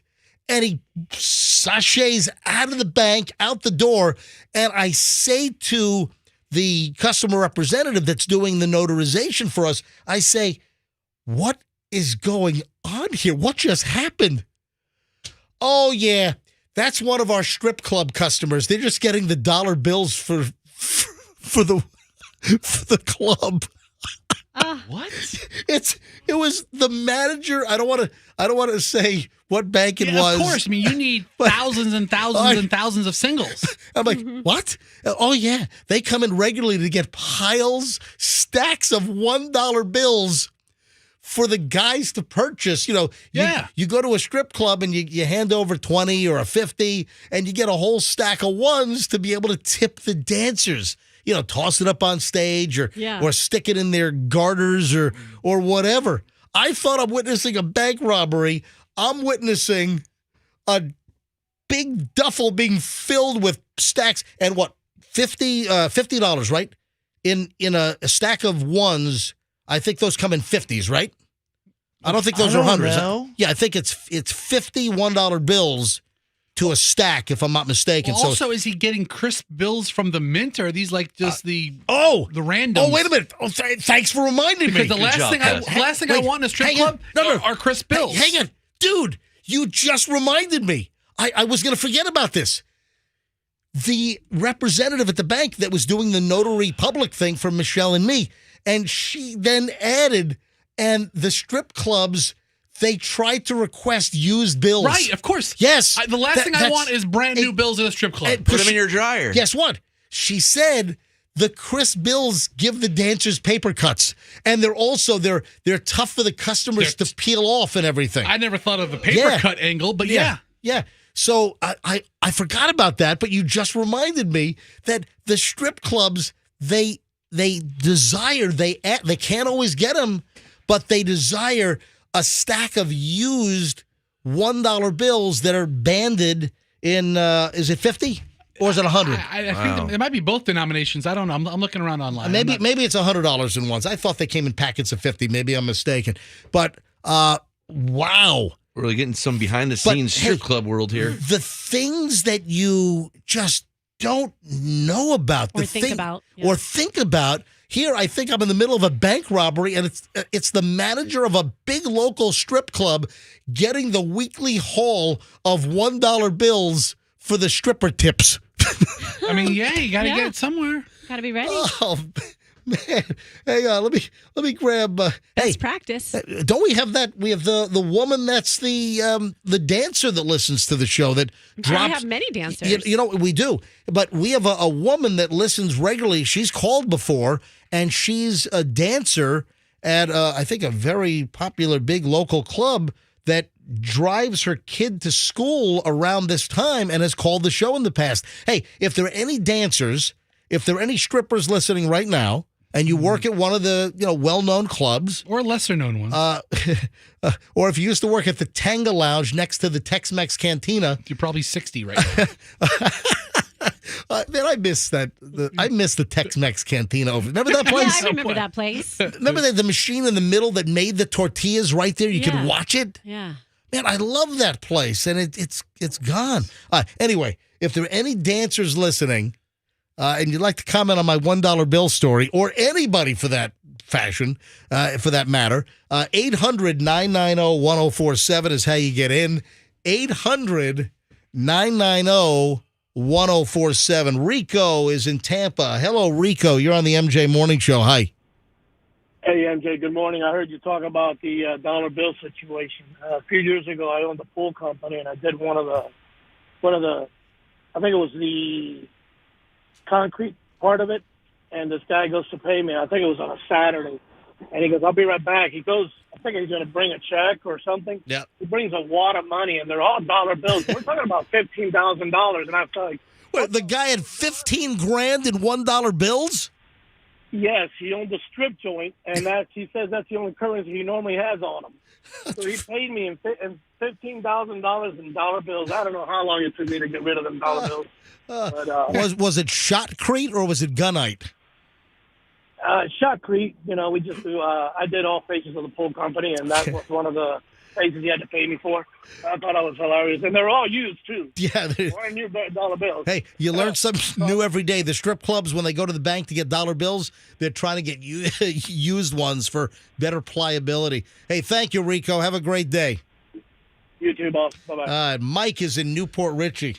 Hello, Mike. You're on the MJ Morning Show. Hi. Hey, guys. Great job. This happened before I got married, but the dollar bills, just double it up and use $2 bills. You get more bang for your buck. I mean, to me, it's a great gift. They like you a lot more, and you might get a better show, but twos are used a lot out there. You know what? My son, Julian, loves $2 bills, and he'll go to the bank or he'll say, "Hey, can we go to the bank?" And my son always has a pile of $2 bills. I don't know where he learned it, but somebody taught him that $2 bills are cool, and you can get them. Any bank really has them. I always ask, there's a $2 glut. bills? There's a total glut of $2 bills. There are so many $2 bills that banks have or that are available versus the use of the bill. There's no issue in getting $2 bills. Good call, buddy. Thanks. Have a great one. Hey, great job. You guys have a great weekend. You too. Thanks. See, he knows the weekend starts tomorrow. It's only For me, Tuesday. no, it's my little mini weekend. Yes, Andrew. Yeah, I've been told that some younger generation don't realize that $2 bills are, in fact, real bills. Oh, listen, that's a good point. I've heard stories where places have rejected a $2 bill as being fake. Like, what is this, funny money? Was this play money? What is this? So, but my son Julian loves $2 bills. He probably has a whole stack on him right now. You know who uses $2 bills a lot? Tell me, Fester. The nudists. What? All the nudist colonies in town, when they pay or when they tip, they use $2 bills to quietly let the local businesses know of their influence and their economic impact. Is that true? I think so. What are you just making up crap? What I do you mean you think so? Why would the $2 bill influence? Because, like, let's say you're, I don't want to live next to these naked people, right? Right. And then you have a business and you realize that you're getting a lot of $2 bills and they're quietly telling you, "Hey, our business is supporting yours. Shut your face." Okay. Clothed person. Okay. All right, thanks. Hey, a couple of interesting local stories. Did you see the cop from Haines City that's busted for shoplifting? Yeah. I think I sent you that. Like 5 times? Crazy. I found it. You sent it to me. Yeah. I think Fester sent it to me. I think it fell out of the sky and hit me in the head last night. I did learn something amazing on this story, though. And it has to do with, of course, him being a terrible shoplifter. Can you hold on to that? Let me just give the details on the story first. Out of Polk County, Haines City officer caught on Saturday working with a woman to rip off a Walmart, according to the Polk County Sheriff's Office. Polk County deputies arrested David Griffin, 48, and Shelby DuBose, 28, at Walmart on Church Avenue North out in Mulberry on Saturday. Investigators said that Griffin was employed as a Haines City officer but resigned immediately upon his arrest. And he rolled over pretty easy, didn't he? According to the press release from Polk County, Griffin and DuBose, they've got it spelled two different ways in this Orlando story here from Click Orlando. They were spotted by a Walmart employee as they were bagging up items they had not scanned. You know, it's the old scan skip trick. Everybody's trying that these days. Everyone is. Listen, you got stores that are taking the self-checkout out. Walmart, which thought they were going to save money by not paying human beings at the checkout area, went to all these self-checkouts. But you know what's going on? There's a whole reversal going on where a lot of these big companies are going to take out the self-checkout. I think Costco might be one of them as well.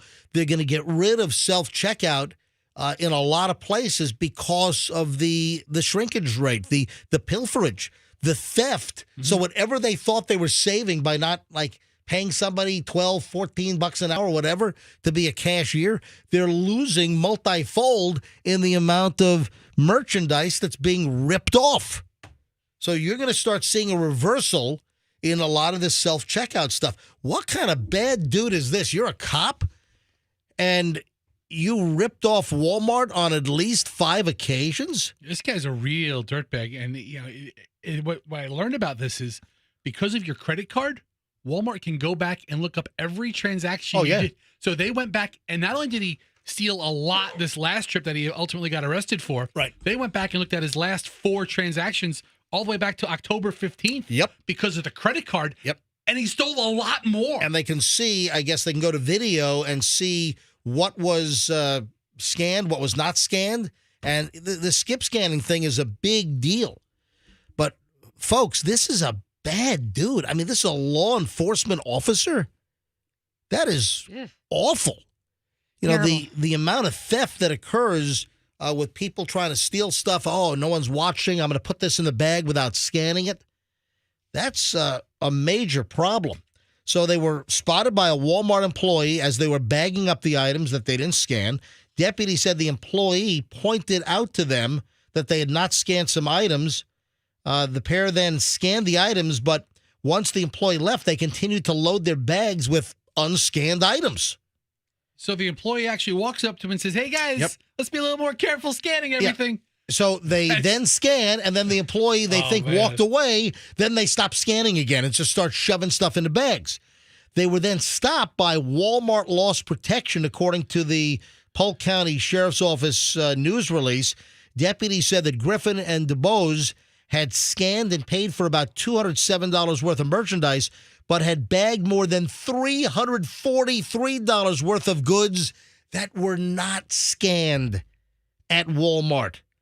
So they pulled the security footage. They looked into his debit card history. They found that he pulled similar schemes on 4 other occasions, as Festa was pointing out, going back to October. This was a law enforcement member with the Haines City Police Department, and the guy is at Walmart ripping them off with some young woman 20 years his junior? What the hell's going on here? Come on, man. Do better. Yeah, his mugshot, by the way, David Griffin's mugshot, is not looking real good. He's all frowny.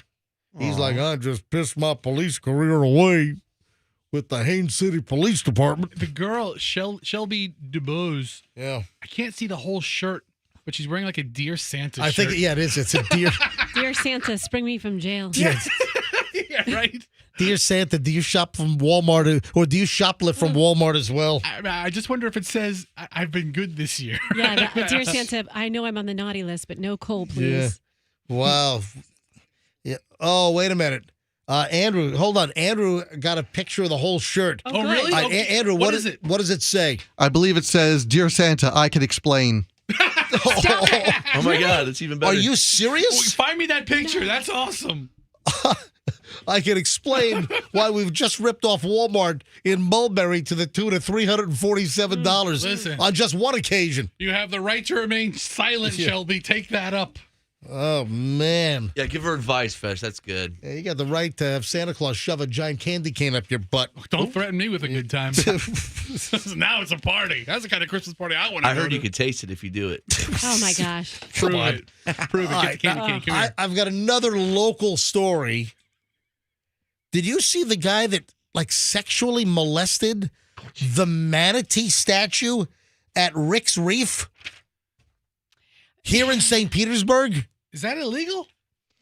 Go try it, Fester. I didn't ask. I didn't say I want to try it. I mean, I usually You can't molest real manatees. By I mean, you can't touch it. If No. you touch it, that's called molesting it. Yeah, Right. yeah, that's true. So, in what way was he molesting? Well, was he kissing the manatee? I'm glad you asked. Rubbing up against the props. You ever hear of dry hump? All right, seriously, listen to this.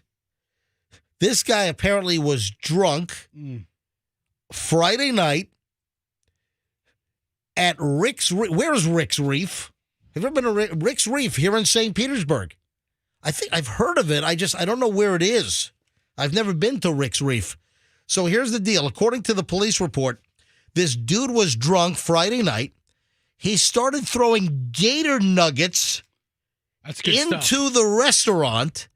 And then, according to the police report, sexually molested the manatee statue, the mannequin, in front of staff and customers at Rick's Reef. So Rick's Reef's in St. Pete Beach on Gulf Boulevard. Gotcha.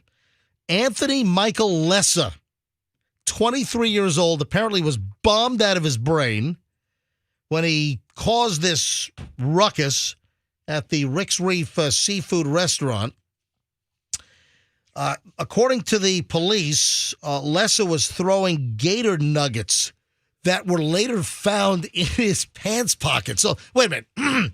He ordered the gator nuggets at Rick's Reef and proceeded to put the order in his pocket? I mean, you Hey, need to Napoleon Dynamite. Hey, Grandpa carries a pocket full of Werther Originals. Well, this guy, Anthony Michael Lessa, carries a pocket full of fried gator nuggets, which, listen. You want a gator nug? And listen, gator, you can get gator at many restaurants around the state of Florida. I've had gator numerous times. Usually it's stingray flap, though. I'm telling you. That's scallops. No, that's the scallop scare. Yeah. Anyway, where was I? Oh, so cop said he had a pocket full of gator nuggets, and he's throwing them inside the restaurant.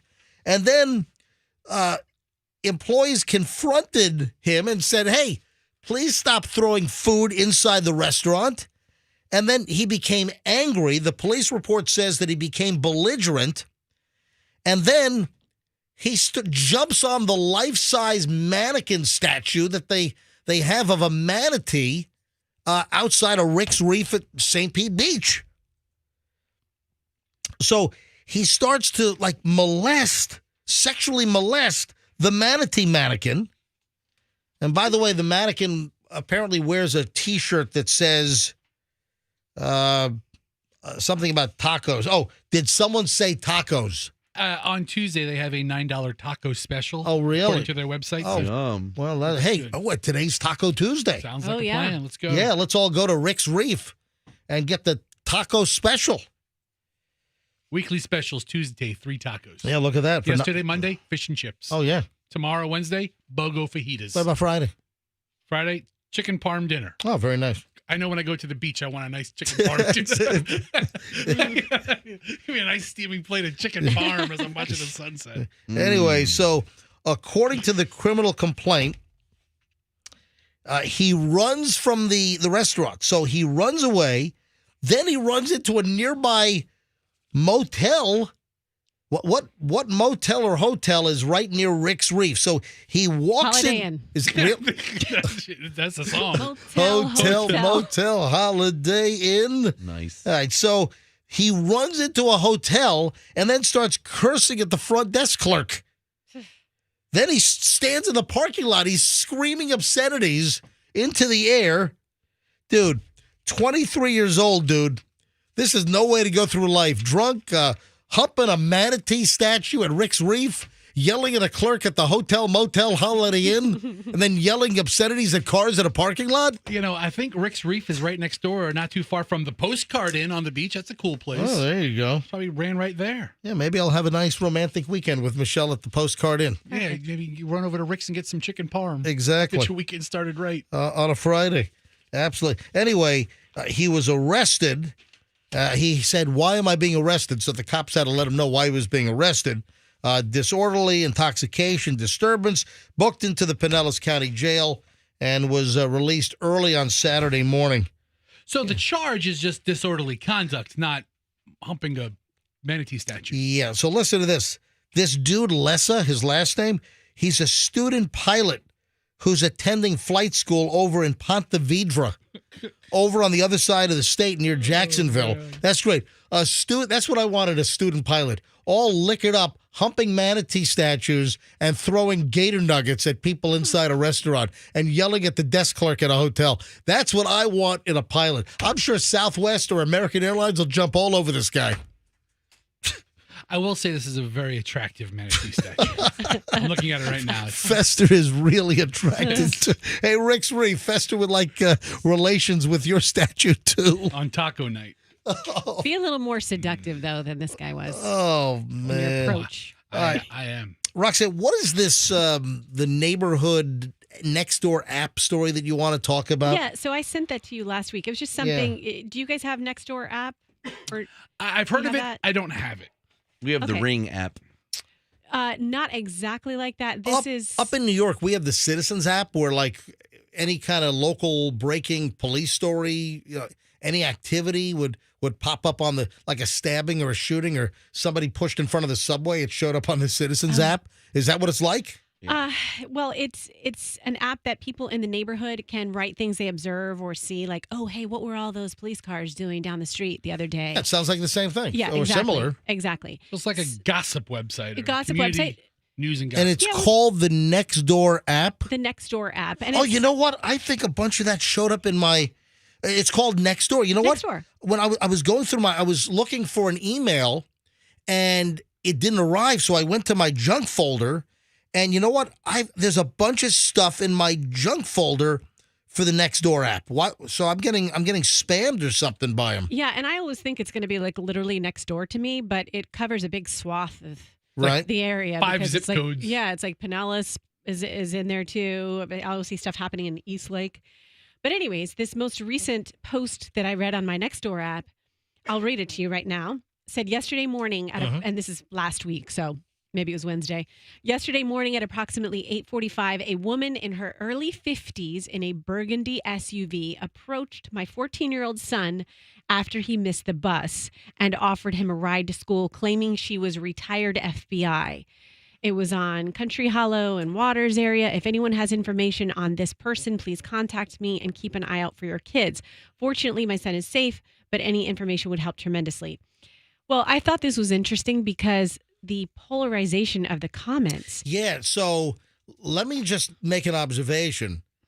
A woman, I'm guessing that the lady was telling the truth. I just can't imagine that a woman is going to try to abduct a 14-year-old kid from a bus stop. Now, of course, you shouldn't go into a stranger's car. 14 years old, whatever, 8, 10, 12, 14, 16, probably shouldn't go in a stranger's car. But I'm guessing that the woman in the burgundy SUV saying, hey, I'm retired FBI, maybe she witnessed him missing the bus and offered a ride. I'm guessing she probably was retired FBI, but of course, you got to teach your kids. You don't go into a stranger's car. So tell me about the polarization of the comments. Right. I would like to think that she was telling the truth as well. My question is, do you announce that to someone? If you're retired FBI, are you putting it out there? Like, don't worry, I'm retired. Or is that something they more keep to themselves? I don't know. I'm retired FBI. I just jolted Froggy out of his slumber. You scared the crap out of all of us. My heart. I'm retired FBI. It's okay. You can get in my car. God, you nuts? Yes. Crazy. Oh man. Okay, so but then again, on the other side, even if you are retired law enforcement in any capacity, do you just want to go offering rides to young adults. I tell you what. By any chance, are you the retired?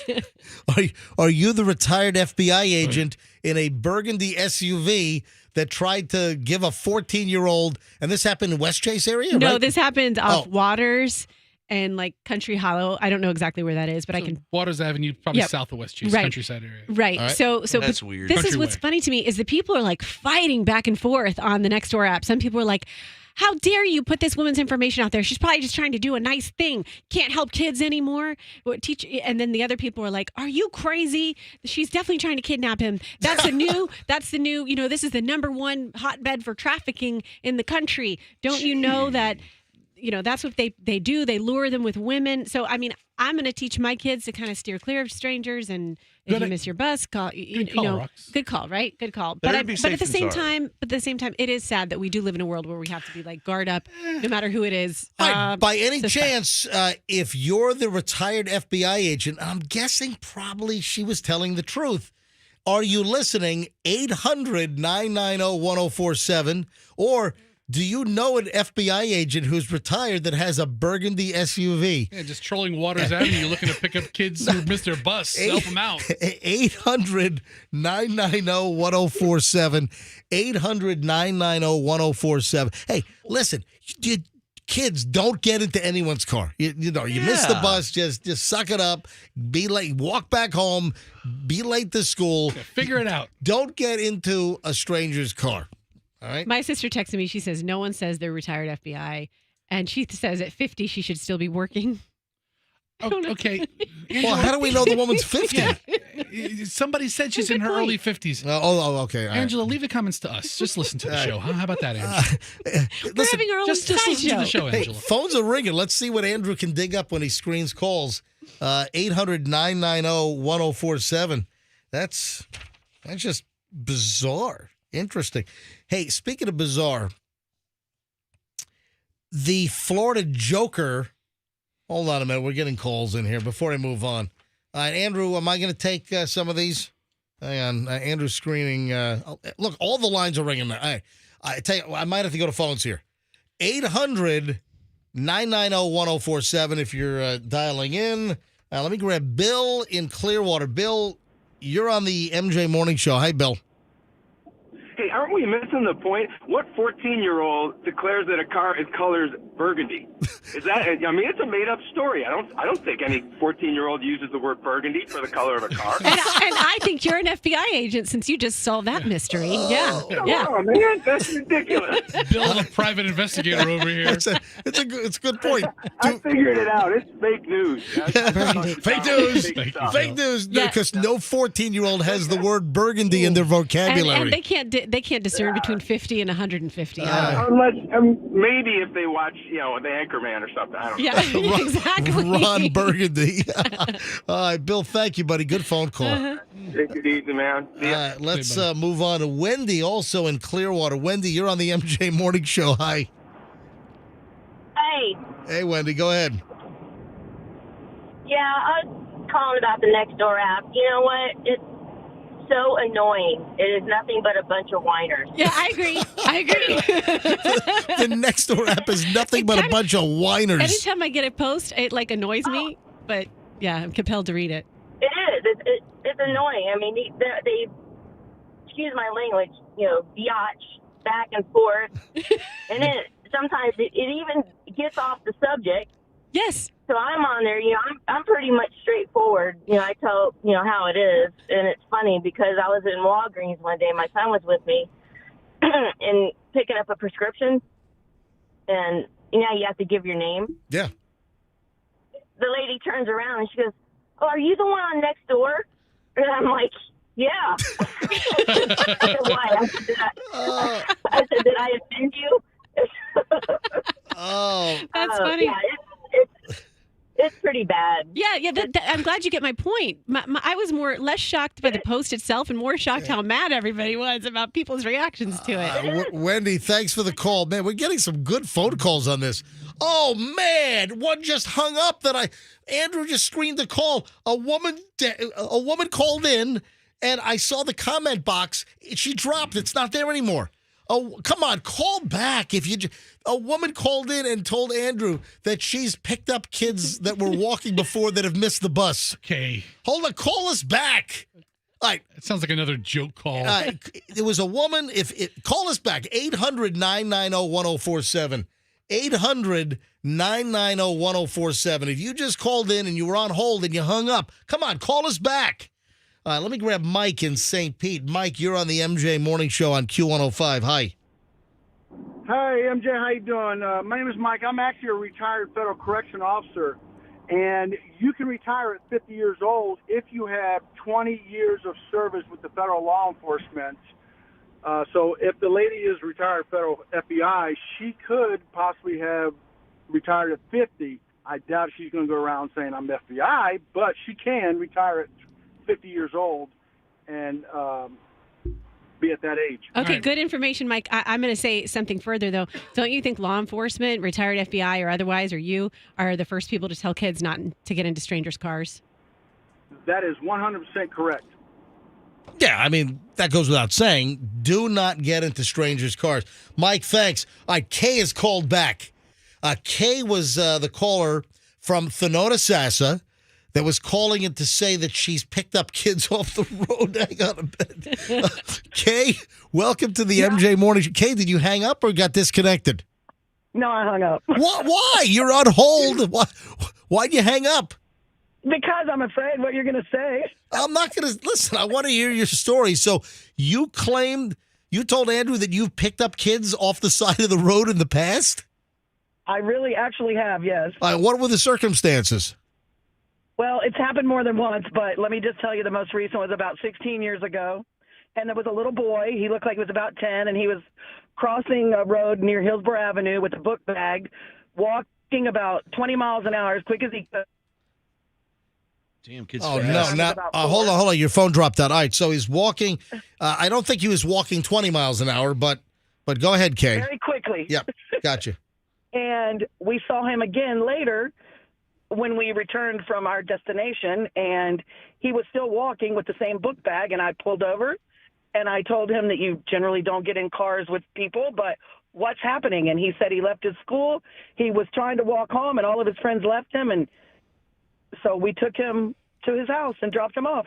Who's we? Who else is in the car with you? My daughter, who was only 4. Okay. And this kid, how old was the kid? 10? Maybe 10, yeah, 11, maybe. And but he got in the car. I guess he never heard of the Adam Walsh story or what? Maybe, but I told him he shouldn't do it. But this time he was very... You shouldn't do this, but get into my car. It was a van. Oh, are you serious? I know. By any chance, are you a Garanimal size 4?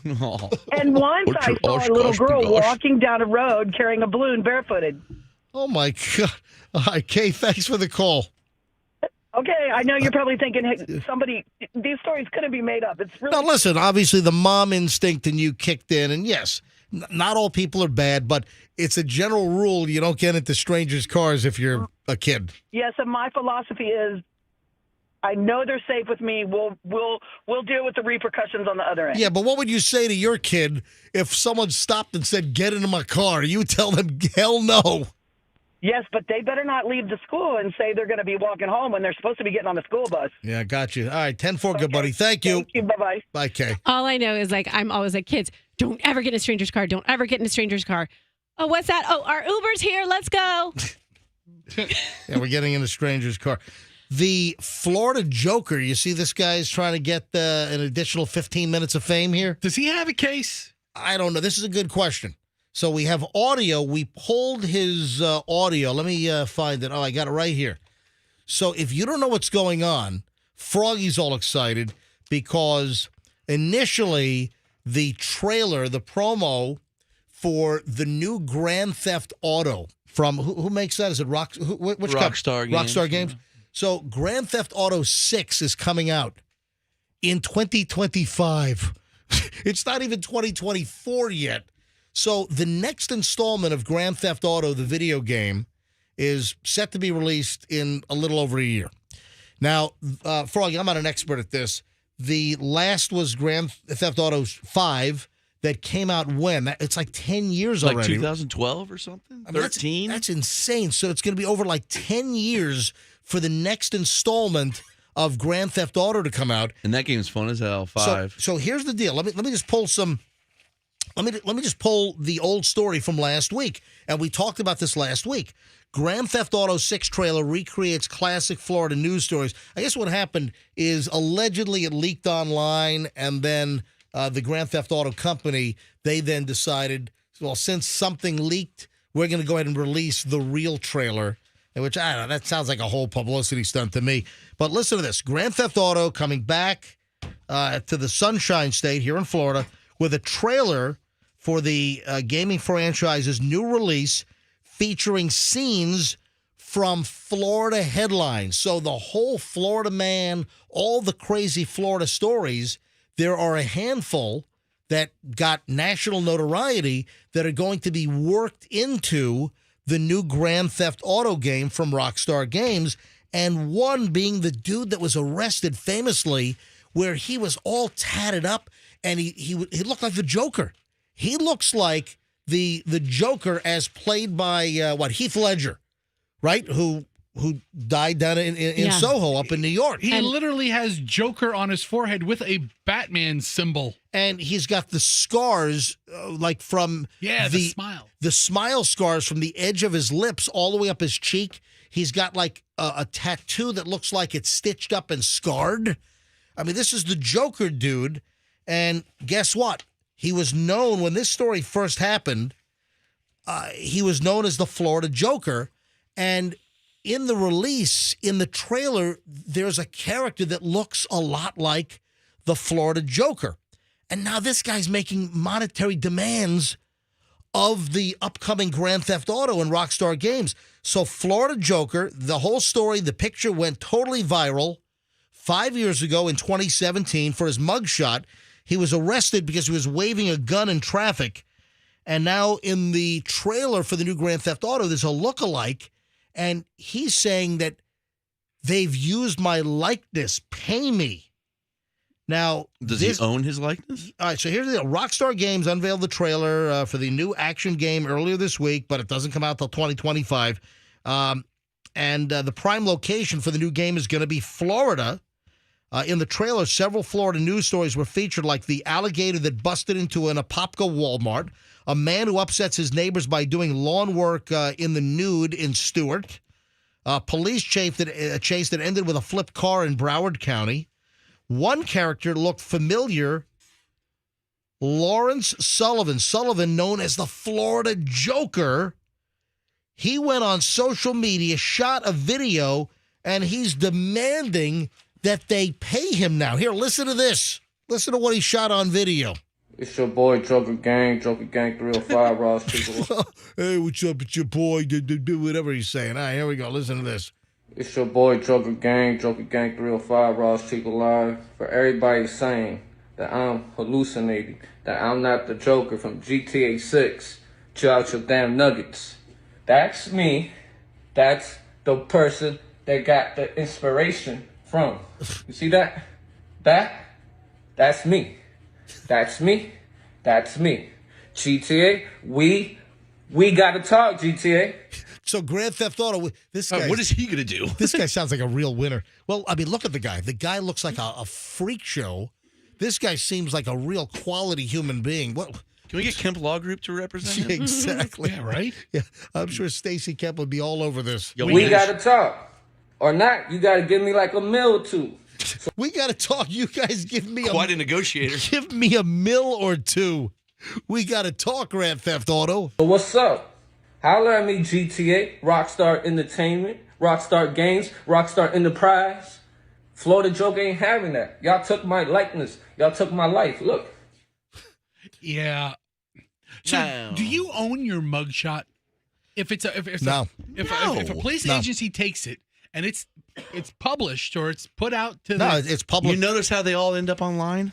It's public information. Well, most, I guess. I mean, I remember there was like a case where somebody had a website like a hot mugshots, and then like people sued that guy, but they didn't. They don't own. You don't own your mugshot. Wasn't there a racket going on where mugshots were compiled and published, and then you had to pay them to remove it. Yeah. Remember that racket that was going on? I wish I would have thought of that. Yeah, remember that? Anyway, the Florida Joker now calling out Grand Theft Auto. Yo, give me like a minute or two. What up? I mean, listen, man. Florida Joker, I'll tell you right now, if you give this guy $1 million, he Yeah. would be the best spokesman for this game. Just give me like 2, 3. Yeah. If you gotta give this guy $1 million, he'd kill himself. You know, just give me $1 million, man. Fine. Shoot. Give him an annuity. Man, shut up, bitch. What do you know? I gotta live another year. Get my I'm payment. Florida Joker, man. I love this guy. I want to hang out with him. I run this, man. What do you run, What's Florida you Joker? take my likeness, man? What's Fester's DC or Marvel character? Yo, man, you fat manatee boy. Yo, man, you big ass fat boy, balloon boy. That's not funny, Man, Florida you're Joker. stupid, man. You all dumb and you like Dumb and Dumber, but fat and moving fatter. along. All right, speaking of Florida clap. I got that. He had that. He Froggy had that. has.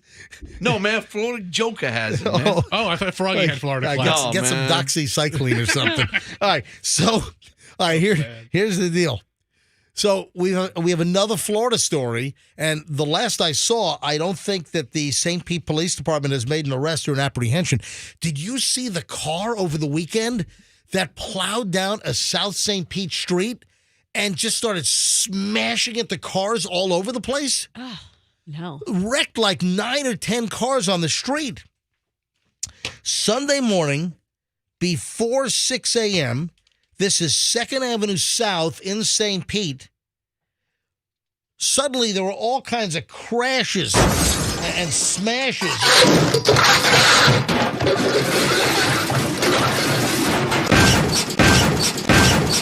Some dude is playing ricochet and pinball with cars parked in the street, and at least 9 cars were hit with a guy in a stolen vehicle, and he's just crashing into cars. I mean, just left a whole line of destruction on 2nd Ave South in St. Pete. Neighbors come out. They're like, what the hell? Car parts are strewn all over the road. The guy gets away, and at this point, there's no arrest at all.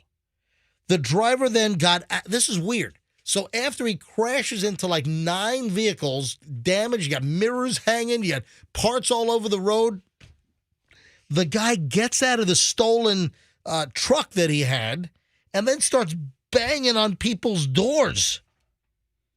St. Pete Police, they respond. They even have a canine squad out there. They couldn't locate the guy. The guy just, poof, guy vanished into thin air.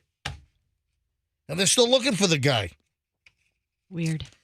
And I don't know what happened. Why was he banging on people? Sounds like the guy was on drugs or something. Sounds like the guy was all frigged up and he was banging on doors. You know, no one let him in. I mean, yeah, right. Yeah, Sunday morning, 6 a.m., the guy's, wreaking havoc on your street. Then he starts banging on doors. So now, one of the questions is, the fact that he disappeared, is there any chance that somebody did let him in?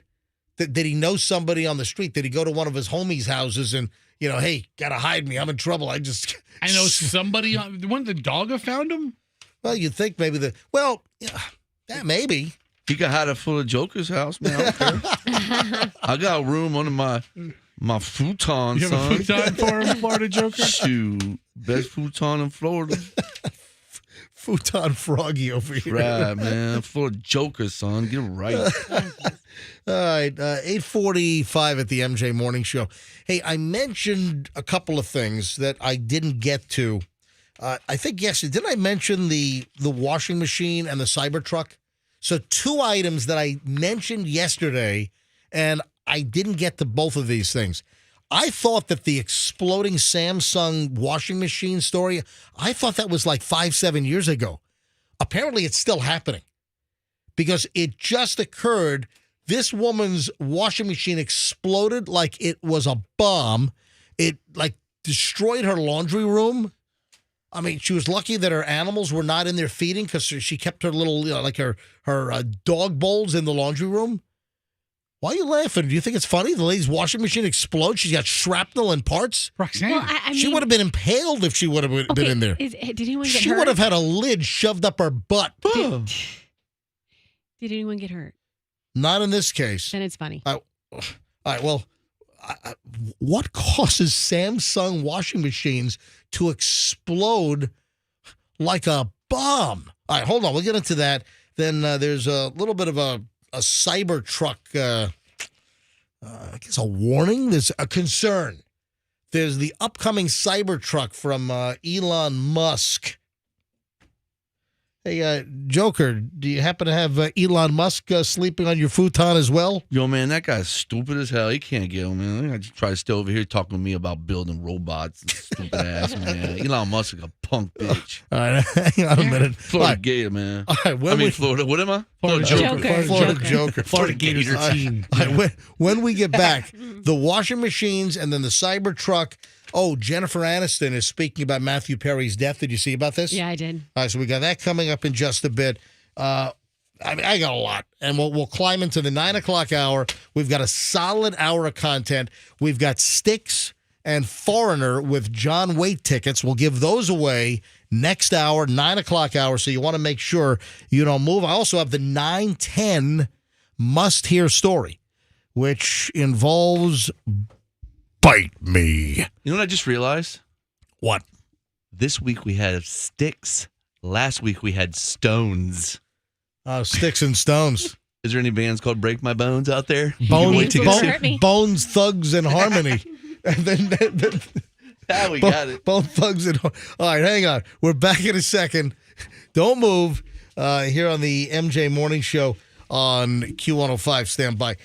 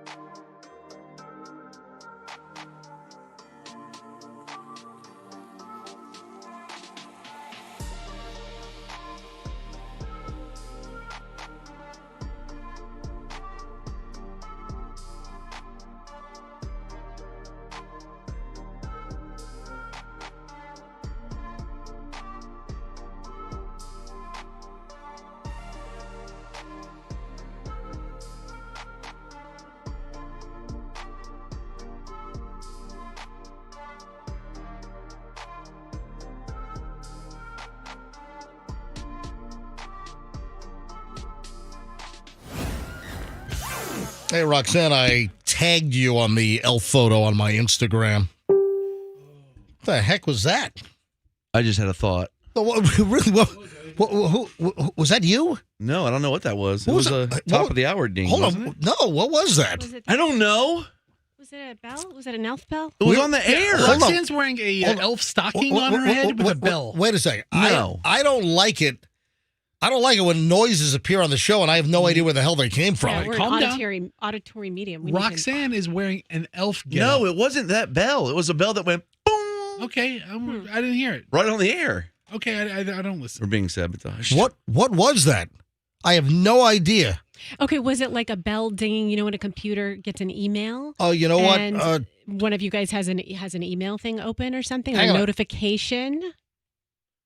It was loud. Well, Is the computer pot up? the computer is up, so maybe it was. Maybe I hit a refresh or something? Yeah, what you're thinking of, Froggy, is whoever said it was the top of the hour thing. No, that's this. that's what it sounded like to me. And that's like that's like the CBS top of the hour ding, for CBS radio. No, it wasn't that. It was like a deeper one anyway. So a couple of things here. Roxanne, I tagged you on Instagram. Roxanne, I thought you were going to take the elf outfit off. You've left it on for the entire show. I've been busy doing other things because elves are very busy creatures. Roxanne's daughter, I guess, had some kind of truth or dare thing going on. Roxanne plays truth or dare with her 6 and 3-year-old. Listen, kids start playing that in school, and so I want to play it in an innocent way with them, All right. like a pranky type way. So they dared me to wear her elf costume to work, and thought it would be a big. When do 6-year-olds hilarious- play it in school? Yeah, when are kids? I think they do it on the playground. I kind of miss Pretty that. sure. I don't think I ever played truth or dare at 6. I think it's because they watch YouTube now, and all the YouTubes are like pranks and dares and stuff. I mean, it's nothing salacious. It's just like, How I long dare before them your to jump- daughter climbs up on the roof of the house and jumps on top of a tool shed or something? No, my son Hudson walks around and kind of whispers, "Let's prank mommy." I'm like, "Let's not. Yeah, let's just not." do that. So Roxanne is wearing this elf outfit, and I snapped the picture. And she's actually holding the little plate with Fester's cell phone. You get any cell phone texts or calls from this morning yet? I get about 400 texts a day, so I don't know how they get my. If you but want to it's okay. see, Roxanne in her little elf outfit, I did post the picture. It's on my Instagram at Certified MJ Radio. Ooh, sexy Roxanne elf. Look at you trying to get hits off Roxanne's look. Listen, I'll do whatever it takes to get followers. Why are you sexualizing sad. my elf look? It's just Who said I'm sexualizing it? You said, "Ooh, sexy elf Roxanne." I appreciate it, but at the same time, it's just an elf costume. It's my daughter's. It's just tighter on me, and boy, is it hot! right, listen. I'm gonna pass out. It's so hot. I do need to change. Roxanne. I can see why these Santas lose their bleeping minds. Yeah, Santas die all year long in malls. It's hot. All the time. They just drop dead of heat stroke. All year right, long. So, June, the real epidemic. hey, Christmas to July. You've heard of that. Mm-hmm. All right. So, Roxanne, your picture that I'm looking at right now on Yes. my Instagram Mm-hmm. at Certified MJ Radio. Yep. It's just screaming, "Unwrap me, baby." Oh, Okay. look at you. Okay. Yeah, Okay. That was Is it- so awkward. Why is it holding my number then? Yeah, there, next to a statue of a horse's ass. Why do you have a look of horror on your face? Do I? MJ, speaking of pictures, did you see the one of Fester that was caught off of MJ TV? I'm looking at it now. When Meredith popped in to confront me about why I have not invited her to my house for one of my famous poke bowls. Right. And Fester is just staring at her chest. Well, she's getting up to leave, and she stands up, and I'm sitting down, and Fester, you are just laser focused on thing one and thing two. just saying, quite a set of lungs on that. It's one. beautiful. Quite a set of lungs. Yeah. Can't not look. Man, inappropriate. All right, so Roxanne, take a look at sexy Roxanne the Elf, and it's on my Instagram, Certified MJ Radio. I tagged Roxanne. So MJ put the Yeah. professional photo on the Instagram, on his Instagram. On our Facebook page, I put the real photo. I put the picture of MJ. Yeah, my bald spot. Taking the picture of Roxanne, and I titled it Two Elves. Oh, you're a funny guy. Yes. Oh, really funny dude. I am a funny guy. Frog, you got to thank somebody that gave you a gift. What happened?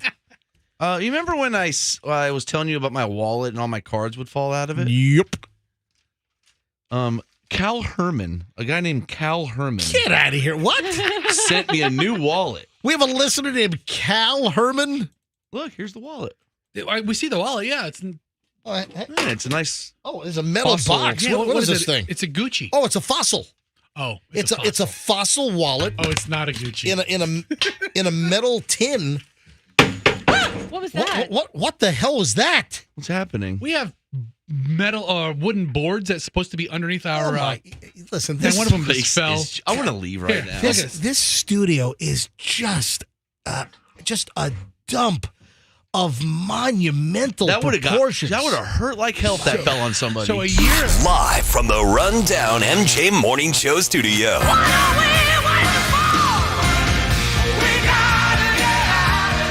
See, I got a jingle. Damn right.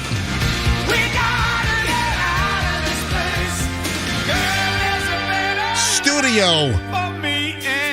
This is the MJ Morning Show on Q105. Anyway, so we got parts falling. We got furniture that has come apart that's leaning against the wall. Yeah, I mean that's like IKEA stuff. Why don't you break that so they have to fix it? It's pretty strong. It's just broken off of the piece that it's supposed to be on. Anyway, and this it's pretty heavy. This wallet, Froggy, this is nice. So thank you, Cal. Yeah, let me see if it's easy to pull apart. No, don't mess it up. I'm kidding. This is a nice wallet.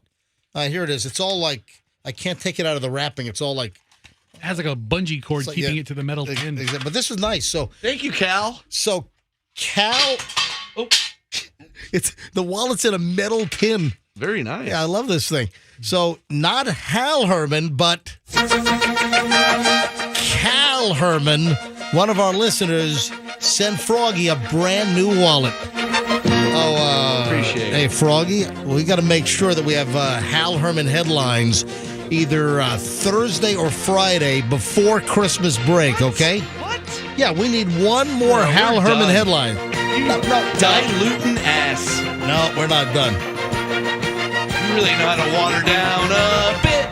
What are you talking about? Once a week, Hal Herman you're headlines? Kill Hal Herman. I'm not going to. And incidentally, when you jumped on me, yes, when you ambushed me live on the air last week, that wasn't me. All right, when Hal Herman jumped on me, yes, I'm telling you, you've spawned emails. Listen to this one. MJ, I've been listening to you every day since your first day on the air at 93.3 with BJ. Froggy has done a lot of entertaining things, but what he did to you by jumping on top of you from the counter, tackling you into a headlock, and then stomping on you was abhorrent and unacceptable. That's not my idea of entertainment, and I'm appalled. I think an on-air apology from Froggy is important. This won't discourage me from continuing to listen, but I'm disappointed in Froggy. Happy holidays to you and Michelle. And this is from Eric Miles, who apparently is a Gators fan because that's a part of his email address. Well, so, Eric Miles, thank you for the email. So, Froggy, can you apologize for the... You know what? Eric can suck it. And I'm not going to apologize to you. First of all, Eric said in his email it will not discourage him from listening. Okay, good. And everybody knows if you want a reaction from a radio show, you have to start your email with, I'm never going to listen again. Well, he didn't say that. I know. So he said he was not going to be discouraged from listening, but he found that Froggy's behavior was abhorrent. If he's the boring morning shows, okay, go listen to them. He's not going to this not one, listen. This one, a co-host might jump on another host at any time. Yeah, this one there are threats of violence and there's actual violence. You know what? I mean, give me a break. You know what? you Go could have listen to Chad and Christy. You could have displaced like a disc in my neck or back. That's what I was shooting for. I'm honest. Listen to my What the hell's the matter with you? What's wrong? What time is it? 9:08? All right, I got the 9:10 must-hear story coming up in just a moment. So hang on. Oh, do we have the phone number for the tattoo dude? Who? The Florida Gator? I mean, the guy from the tattoo guy that we had on last. Oh, the nice guy that we had on. What was his name? Oh, his shop was called Inca Gods. Ink Gods. Gods. I think his name was Neil.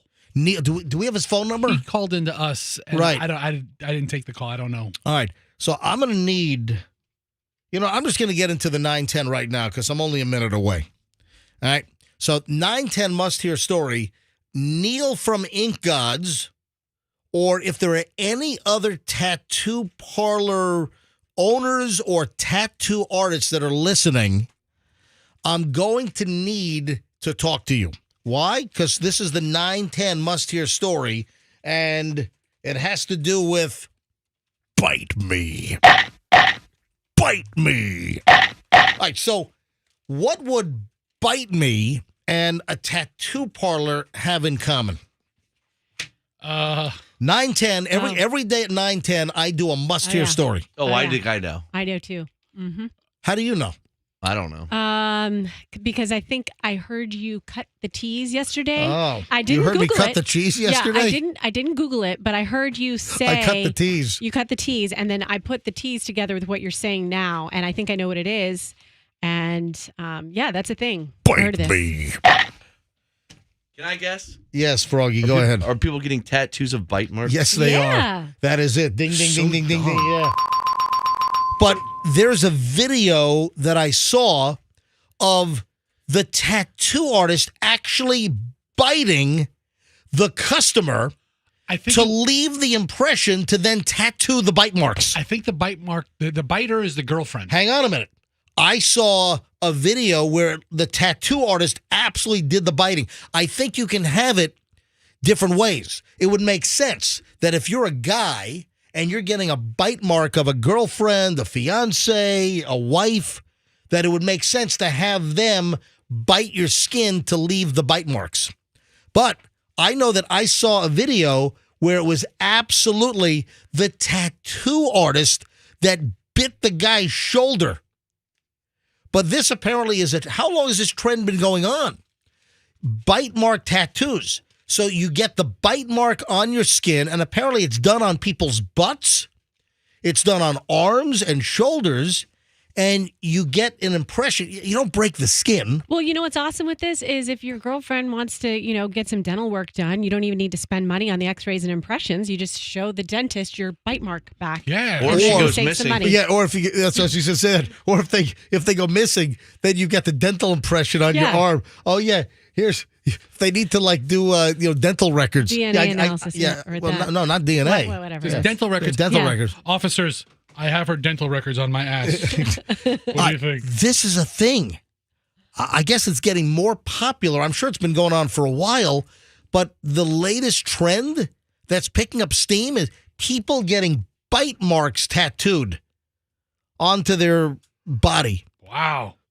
Oh my God, Pinterest has a whole page dedicated. There's dozens of them. Yeah. Hey, if anyone listening is a tattoo artist, or if we can get a hold of Neil.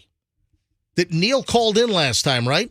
He called us. All right. Hey, Neil, or whoever listens to the show that had Neil call the last time, or I told Neil to start listening to the MJ Morning Show. Hey, if Neil from Ink Gods, if you're listening again, or if you know Neil, call us 800-990-1047.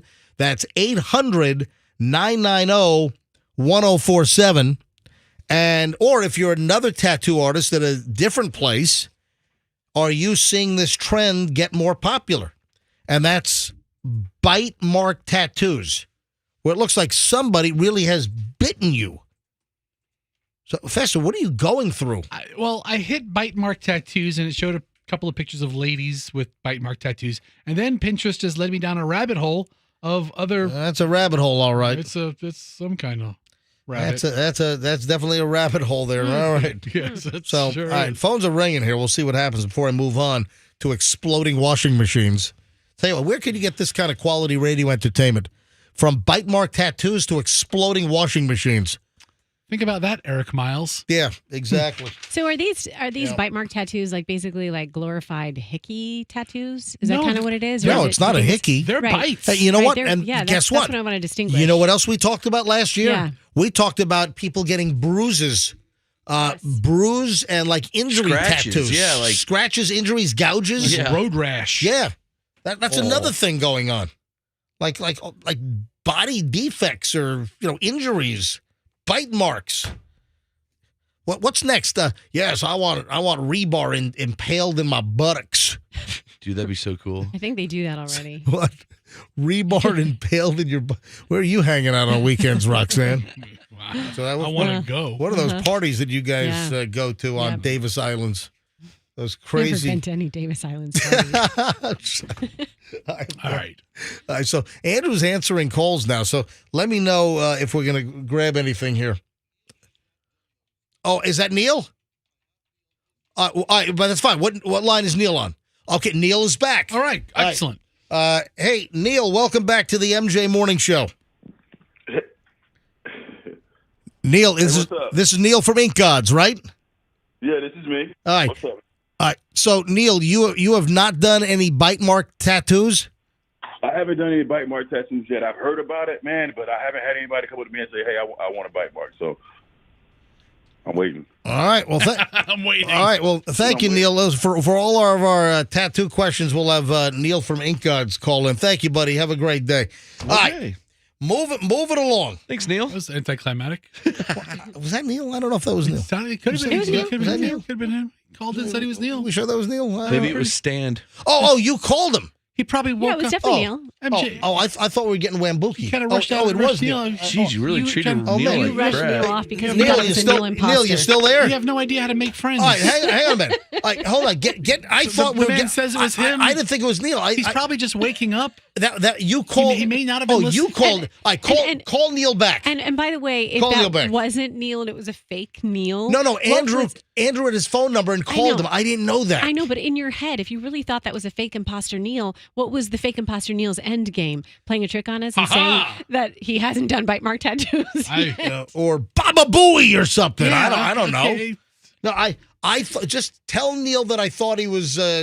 Pretend Neil. I thought he just called it. Why Hey, don't you call Neil later? people will call radio shows. It sounded like him. And I see. It didn't sound like the sound of Neil that I had in my head from when we had him on like last week. He just sounded more awake. It I'm was a deep male voice. I'm sorry. All right. I apologize because I did give him the bum rush. You really did. You really did. I just was kind of that was weird. Okay. because I thought we were getting. I didn't know it was really Neil. It was like awkward party talk when you're at a cocktail party or Christmas party. You don't know how long to stand there and talk to somebody. Andrew, put him on hold. I'll explain the whole story. Nothing like awkward party. I'll explain. And then we got to talk about exploding washing machines here. All right, put Neil back on hold. There we go. Hey, Neil, welcome back to the MJ Morning Show. I'm here, man. What's up? All right, so I'm sorry, man. I kind of gave you the bum rush and I shoved you off the phone quickly.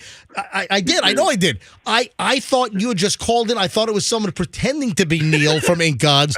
But then Andrew said, dude, I called him. It really is him. So, All Neil, right. we're going to need like a code word from you so we know it's really Neil. The code word listen, is. the code word's gonna be Waffle House. Waffle House. Okay, Oh, that's there we right. go. That's it. Because remember, we had Neil on first because of the guy that got the Waffle House tattoo and then couldn't pay for it, so he called the cops. All right. So Neil, have you heard of this? I saw a whole video. There's like a whole like Reddit group of people getting bite mark tattoos where they'll have like a friend or a loved one, a girlfriend, a boyfriend actually bite on them to leave the impression on the skin, and then the tattoo artist actually tattoos the dental pattern.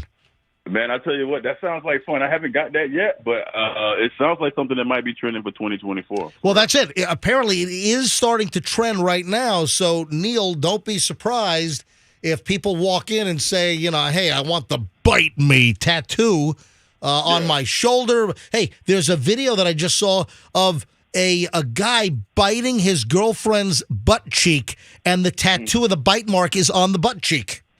Yeah, I believe it, man. Hey, that's one of the ones I would love to do something like that. So I hope they come in this year. All right. Hey, Neil, listen, you get a hold of us anytime. You got something interesting, you call us, okay? I got something interesting real quick before I let you go, man. I just want to let you guys know, the guy with the Waffle House tattoo, a couple of days later, he called me back, and the guy actually paid me, man. Oh, man. What a follow-up. Whoa, Okay. breaking news. Yeah. He Whoa. called me back, he apologized. He said, man, I didn't mean to do that to you. I just want to pay you. So he actually paid me and gave me a $30 tip. Oh, Nice. look at that. Nice. But now he still faces charges, though, right? Yeah. He still got his charges pending, but I did give him a receipt, so that way he got to prove to his attorney that he paid it. And, Now, can you call the St. Pete police and drop the charges? I'll wait to court, man. I don't got time to be calling down to the department. You know what I mean? But when we go to court, I'll show up and say, hey, man, I want to drop charges. He paid. You know, however it works. I'm definitely going to let him know that he paid, and I will drop the charges because he paid. All right. Hey, Neil, good story. Thanks for the follow-up. No problem, man. Thank you, guys. All right, buddy. Have a good one. See, Neil's not trying to call the police, if you know what I mean. All right, so it really was Neil. I thought it was a phony caller calling in. I'm sorry. Okay. All right, what time is it? 9:19. Let's take a quick break, and then we have our final segment coming up. I got to talk about the exploding washing machines. I thought this was done. And then I saw a news story. A lady's Samsung washing machine blew up like it had a half ton of dynamite in it. I mean, I've never seen anything like this. So we'll get to that coming up in just a bit. Also, the Cybertruck. I've got Hollywood stuff we got to get to, including Jennifer Aniston and her commentary about her conversation with Matthew Perry the day that he died. So she's actually breaking her silence a little bit here. So we'll get into all that coming up momentarily. The final chunk of the MJ Morning Show is next. We'll also give away Styx and Foreigner tickets. John Waite joins them as well. Concert coming up in July, and we have your free tickets right now. Concert's going to be at the Mid-Florida Credit Union Amphitheater, and we'll give away tickets in the next segment before we get out of here today. But listen, as I always say, good to the last drop, man. Good to the last word out of our mouth. Content quality continues next on the MJ Morning Show here on Q105.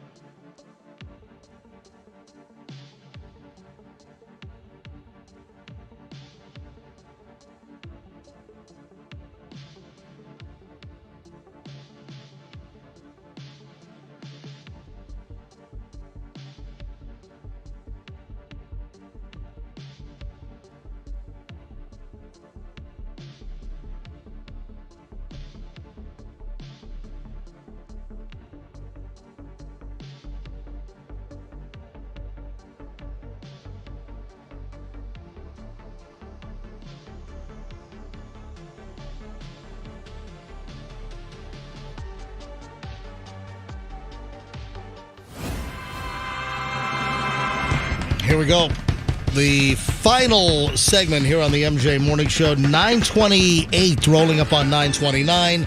And also in this segment, before we get out of here today, we'll give away Sticks and Foreigner tickets with special guest John Waite. Going to be at the Mid-Florida Credit Union AMP on July 20th, and we've got your pair of free tickets on the way in minutes. We'll tell you exactly when to call in. Also, I'm pretty sure that I'm going to re-up here. I've got a meeting with Ron this week before Christmas vacation, and I think things are really headed in the right direction, and I assume that we'll be back in 2024, and, I hope that's the case, because I put together something amazing. I have something that you're going to be able to get your hands on in the first part of January that is incredible. Just an MJ Morning Show event that you could be a massive winner. And I'm not talking about just one. I'm talking about many winners. Something huge coming up in January. That's all I can say right now. So assuming that I re-sign, and I think we're heading in that direction, something massive is coming in early January here on the MJ Morning Show on Q105. All right, I want to play a news clip. I thought this was done because when this popped up in my news feed, and it's like, woman's Samsung washing machine blows up. I'm like, my God, wasn't that like 5 or 10 years ago? I went to the Googles and I found the story like from 2013, 2014. This is like 10 years ago. Yeah. So Samsung washing machines were blowing up like bombs. It's like, my God, did some crazy South Korean put a stick of dynamite in there? What's going on? What do I have, Wile E. Coyote there with one of those little TNT plungers? And then, All right, so listen to this news story. This is from, Channel 11, ABC 11 in Raleigh, Durham, North Carolina. Listen to this. This is crazy. Washing machine just exploded. It blew up. And it was all caught on Reggie Braswell's garage security camera. Glass all up there by the front door, and glass was everywhere. You can see his Samsung top loader mangled in pieces. Oh my It's God. blown off. I'm just thankful no one was out there. We weren't out there. Reggie documented the damage to his dryer, garage wall, and outlets, plus car. Cracked the lens right there. And Reggie cleaned up his garage and says since the washing machine was in pieces, took it to the curb. I set it outside, and a recycle guy already picked it up. He called Samsung to report the issue. Wait a second. Lady told me that. Hold on. Let me ask you a question. Why? Festus, stop this. Online and says that's what he. First of all, I think you brought up an old story. I think that's an older version, but that's fine. I don't think that's the new one. All right. So why after? That says 4 days. All right, so so that's a new one. Yeah, I saw 4 days ago, so that's why I went with this. I think that's an even newer one than the one that I was going to talk about. It's happened again in the last week. Hang on a minute. This is insane. First of all, why would your Samsung washing machine explodes? It blows apart into 25 pieces all over your laundry room. It ruins your car's headlights.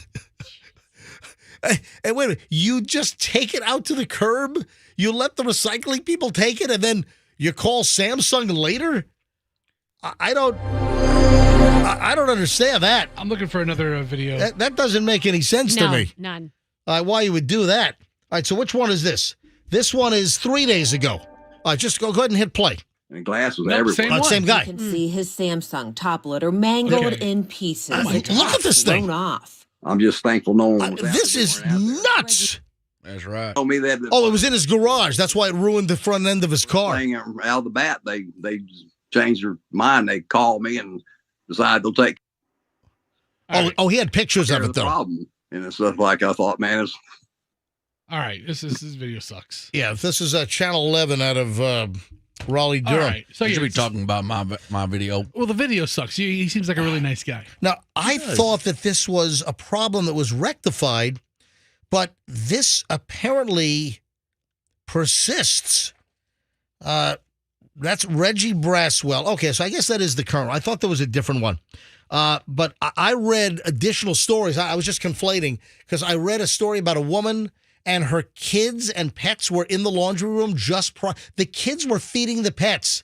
Now, there are thousands and thousands of these washing machines in the market. Here's the problem. There was a recall years ago, but a lot of people, I guess, didn't get the message, and they didn't execute the recall. So there are people with these ticking Samsung washing machine time bombs that are out there. I wonder if anyone's listening. I have no idea. We'll try. It's also later in the show. But is there anyone listening that had one of these Samsung washing machines that exploded, or you preemptively called Samsung to get it repaired or replaced over the last years? So if you have any involvement in the Samsung washing machine recall from years ago, love to hear from you. Was your house destroyed by Samsung? 800-990-1047. Listen, Samsung makes good products. When you think of Samsung, you think of quality South Korean products. Samsung is a Korean word for not exploding. But, also when it comes to washing machines, I got to be honest. I've heard, I think Samsung makes better things than washers and dryers. Like televisions? Yeah, televisions, computers, and, Samsung is a good name.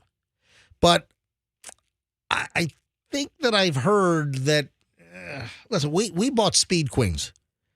We bought Speed Queen, industrial quality. I mean, they look like home units, but the Speed Queens are made like they're operating at a laundromat that's getting, 2,000 uses a week. So, we have Speed Queens. And, Michelle did all kinds of research. They're made in America. The parts are like twice as heavy as like other machines. So I do like for washers and dryers. And listen, whenever I can buy American, I like to. But it turns out that the American washer and dryers, these are, really amazing units when you go with Speed Queen. So I thought that the washing machine issue was done because I said, this sounds familiar. And I did some research and I found that these stories had happened in 2013, 2014. And here we are all these years later, and you still have Samsung washing machines exploding. So if anyone, just out of curiosity, if anyone was touched by this, or if your house was leveled by a Samsung washing machine, let us know. Call us up, 800-990-1047, 800-990-1047. But you look at the video, you look at the pictures, and folks, we're talking about literally like a car bomb went off in this washing machine. That's what it looks like. It is that insane. The Cybertruck, Fester. I love it. It's a Hey, great Elon, truck. you want to weigh in on the Cybertruck? Oh, yes. I put Fester's order. Oh, I sound weird today. How do I do the accent? You sound like a little more Latin than you normally do. Froggy, You sound like Julio Iglesias. I think I forgot how to do the Elon Musk. Froggy's asking if his Elon Musk accent sounds weird. Yeah, what are you doing? I don't know. Hang on. You're doing the Latino Skeletor. Elon is here. Yes, Elon has arrived. There you go. Wait a minute. Yes, I'm here. You were doing the Iglesias, right? You were doing or Mark Anthony. No, the Mark Anthony is the Latino Skeletor. Yes. I was doing the Jose Castillo. Or Jose Castillo. All right. So back to Elon Musk. Elon, do you have any comment on the fact that there is concern about design safety and that the steel structure that's stiff and the sharp design of the Cybertruck has safety experts worried that other drivers could be in danger if there's an accident involving a Cybertruck? Elon does not worry about such things. Yeah. It's stiff. I'm stiff right now. I mean, everything is stiff in the world. Yeah. Safety's job like 20. Yeah. Actually, I want to make it out of rubber and magnetize the bumpers. Because you know about the magnetized bumpers. All right, well, listen, let's talk about the safety concerns here. That the angular design of Tesla's Cybertruck has safety experts concerned that the stiff stainless steel exoskeleton could hurt pedestrians, cyclists, and damage other vehicles on the road, Elon. What do you say? You know what? Go truck yourself, okay? That's a good All one. right? Yeah. Is that clear? Is that clear? Go truck yourself. I can't think of any car that's actually designed for the impact of a bicyclist. GTY. Yeah, that's Elon. Remember, that was Elon at that event. Go yourself. Is that clear? That's right. They even Go is that clear? yourself. Is that clear? That's hysterical. Yeah. So Reuters, the news operation, spoke with 6 safety experts who viewed videos of crash tests conducted by Tesla on the first new vehicle that Tesla's putting out in like 4 years that was shown, during the webcast, and crash test videos that Tesla live streamed at the event back on November 30th were heavily discussed. Experts who spoke to Reuters said they needed crash test data to reach firm conclusions about the safety. The big problem there is that they really make the skin of the vehicle very stiff by using thick stainless steel. Then when people hit their heads on it, it's going to cause more damage to them. So is the Cybertruck really like a death machine on wheels, Elon? I'm going to make, I'm working on a new project. Yes. The cyber helmet for the truck. So if you're in the truck, you must wear the helmet. You're going to be fine inside the truck. It's people you might hit. Didn't you just hear the story? I sound absolutely awful today. Would you like to leave a message or deliver any comments to the safety experts that are concerned? Yes. What is that? Go truck yourself. All right, thank you. Ladies and gentlemen, Elon Musk. Truck it. Elon Musk here Truck on the MJ you Morning. and truck you. Okay, thank you. Everybody truck it. All right. So, stupid trucking thing. Elon, do you like Styx and Foreigner and John Waite? I love Styx, yes. What can Foreigner do? They could go truck themselves all day. All day and all night truck them. What about John Waite? Truck him. He's a trucking weirdo. All right, but the show's going to be trucking awesome, I promise you. All right, Just give out the truck and tickets. I am giving out the truck and tickets. I got it. Have a day. All right, Sticks foreigner John Waite, July 20th, Mid-Florida Credit Union Amphitheater. Let's go with caller number 35 right now. Caller 35, 800-990-1047. If you're the 35th caller, you win the tickets. 9:41 at the MJ Morning Show. Andrew, start screening, and we'll take the winner live on the air. All right, a couple of, loose ends here. Good stuff. Just a quick little lightning round. Jennifer Aniston, she has revealed that she was actually in communication with Matthew Perry the day that he died. Yep, was texting with Matthew Perry that day.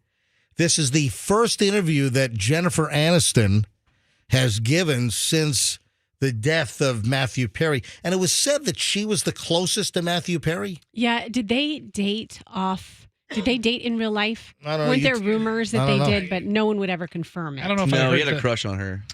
Jennifer Aniston said that Matthew Perry was happy and healthy in the days prior to his death by drowning, we think. Well, he did drown, but what was the cause of the drowning back in October? So Aniston said that he had quit smoking, he was getting in shape, he was happy, and that's all I know. Yeah, she told Variety magazine. She said, I was literally texting with him that morning.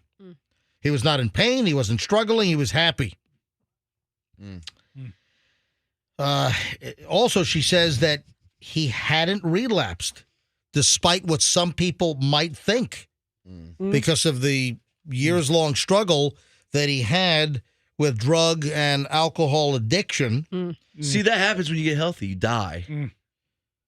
Oh, so you would have proposed that he stayed more frigged up on alcohol and drugs and it would have been okay? Probably lived to like 85. Jeez.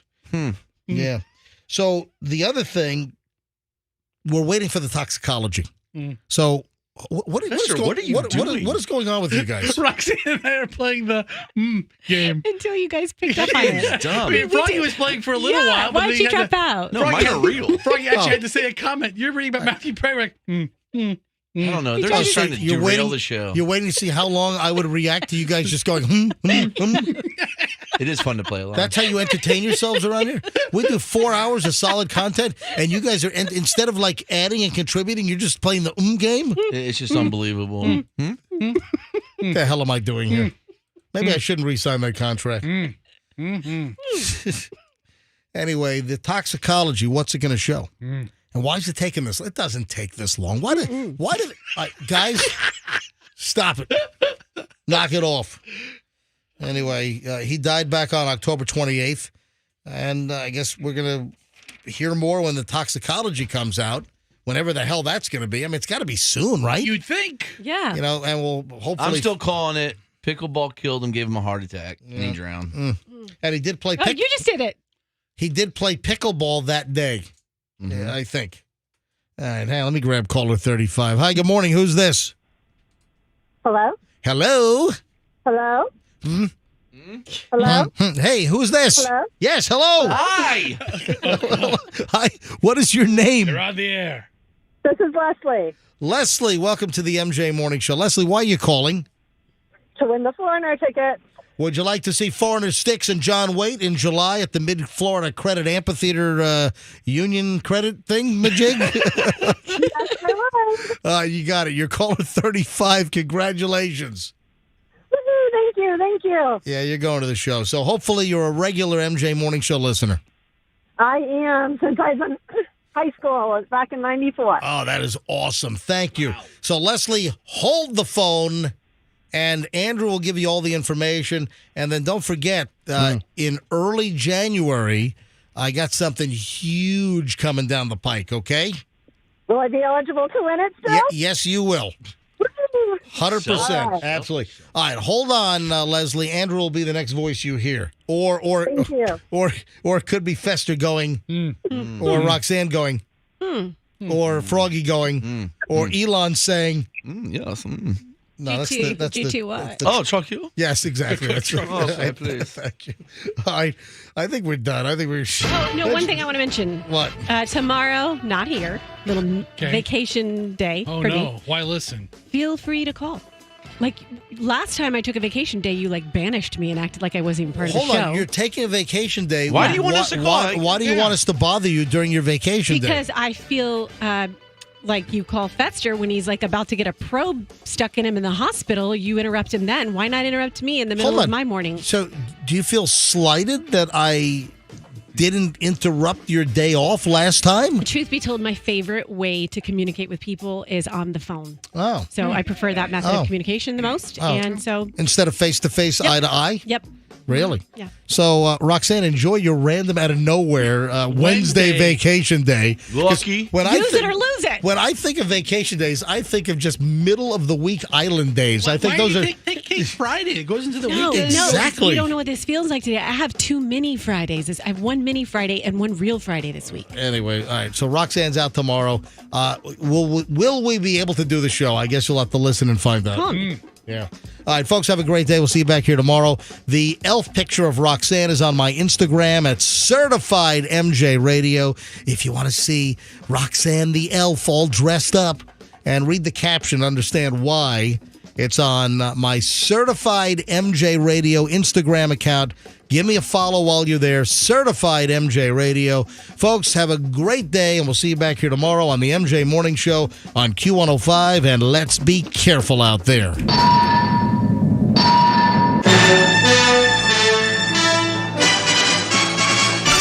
Download the app now. Get the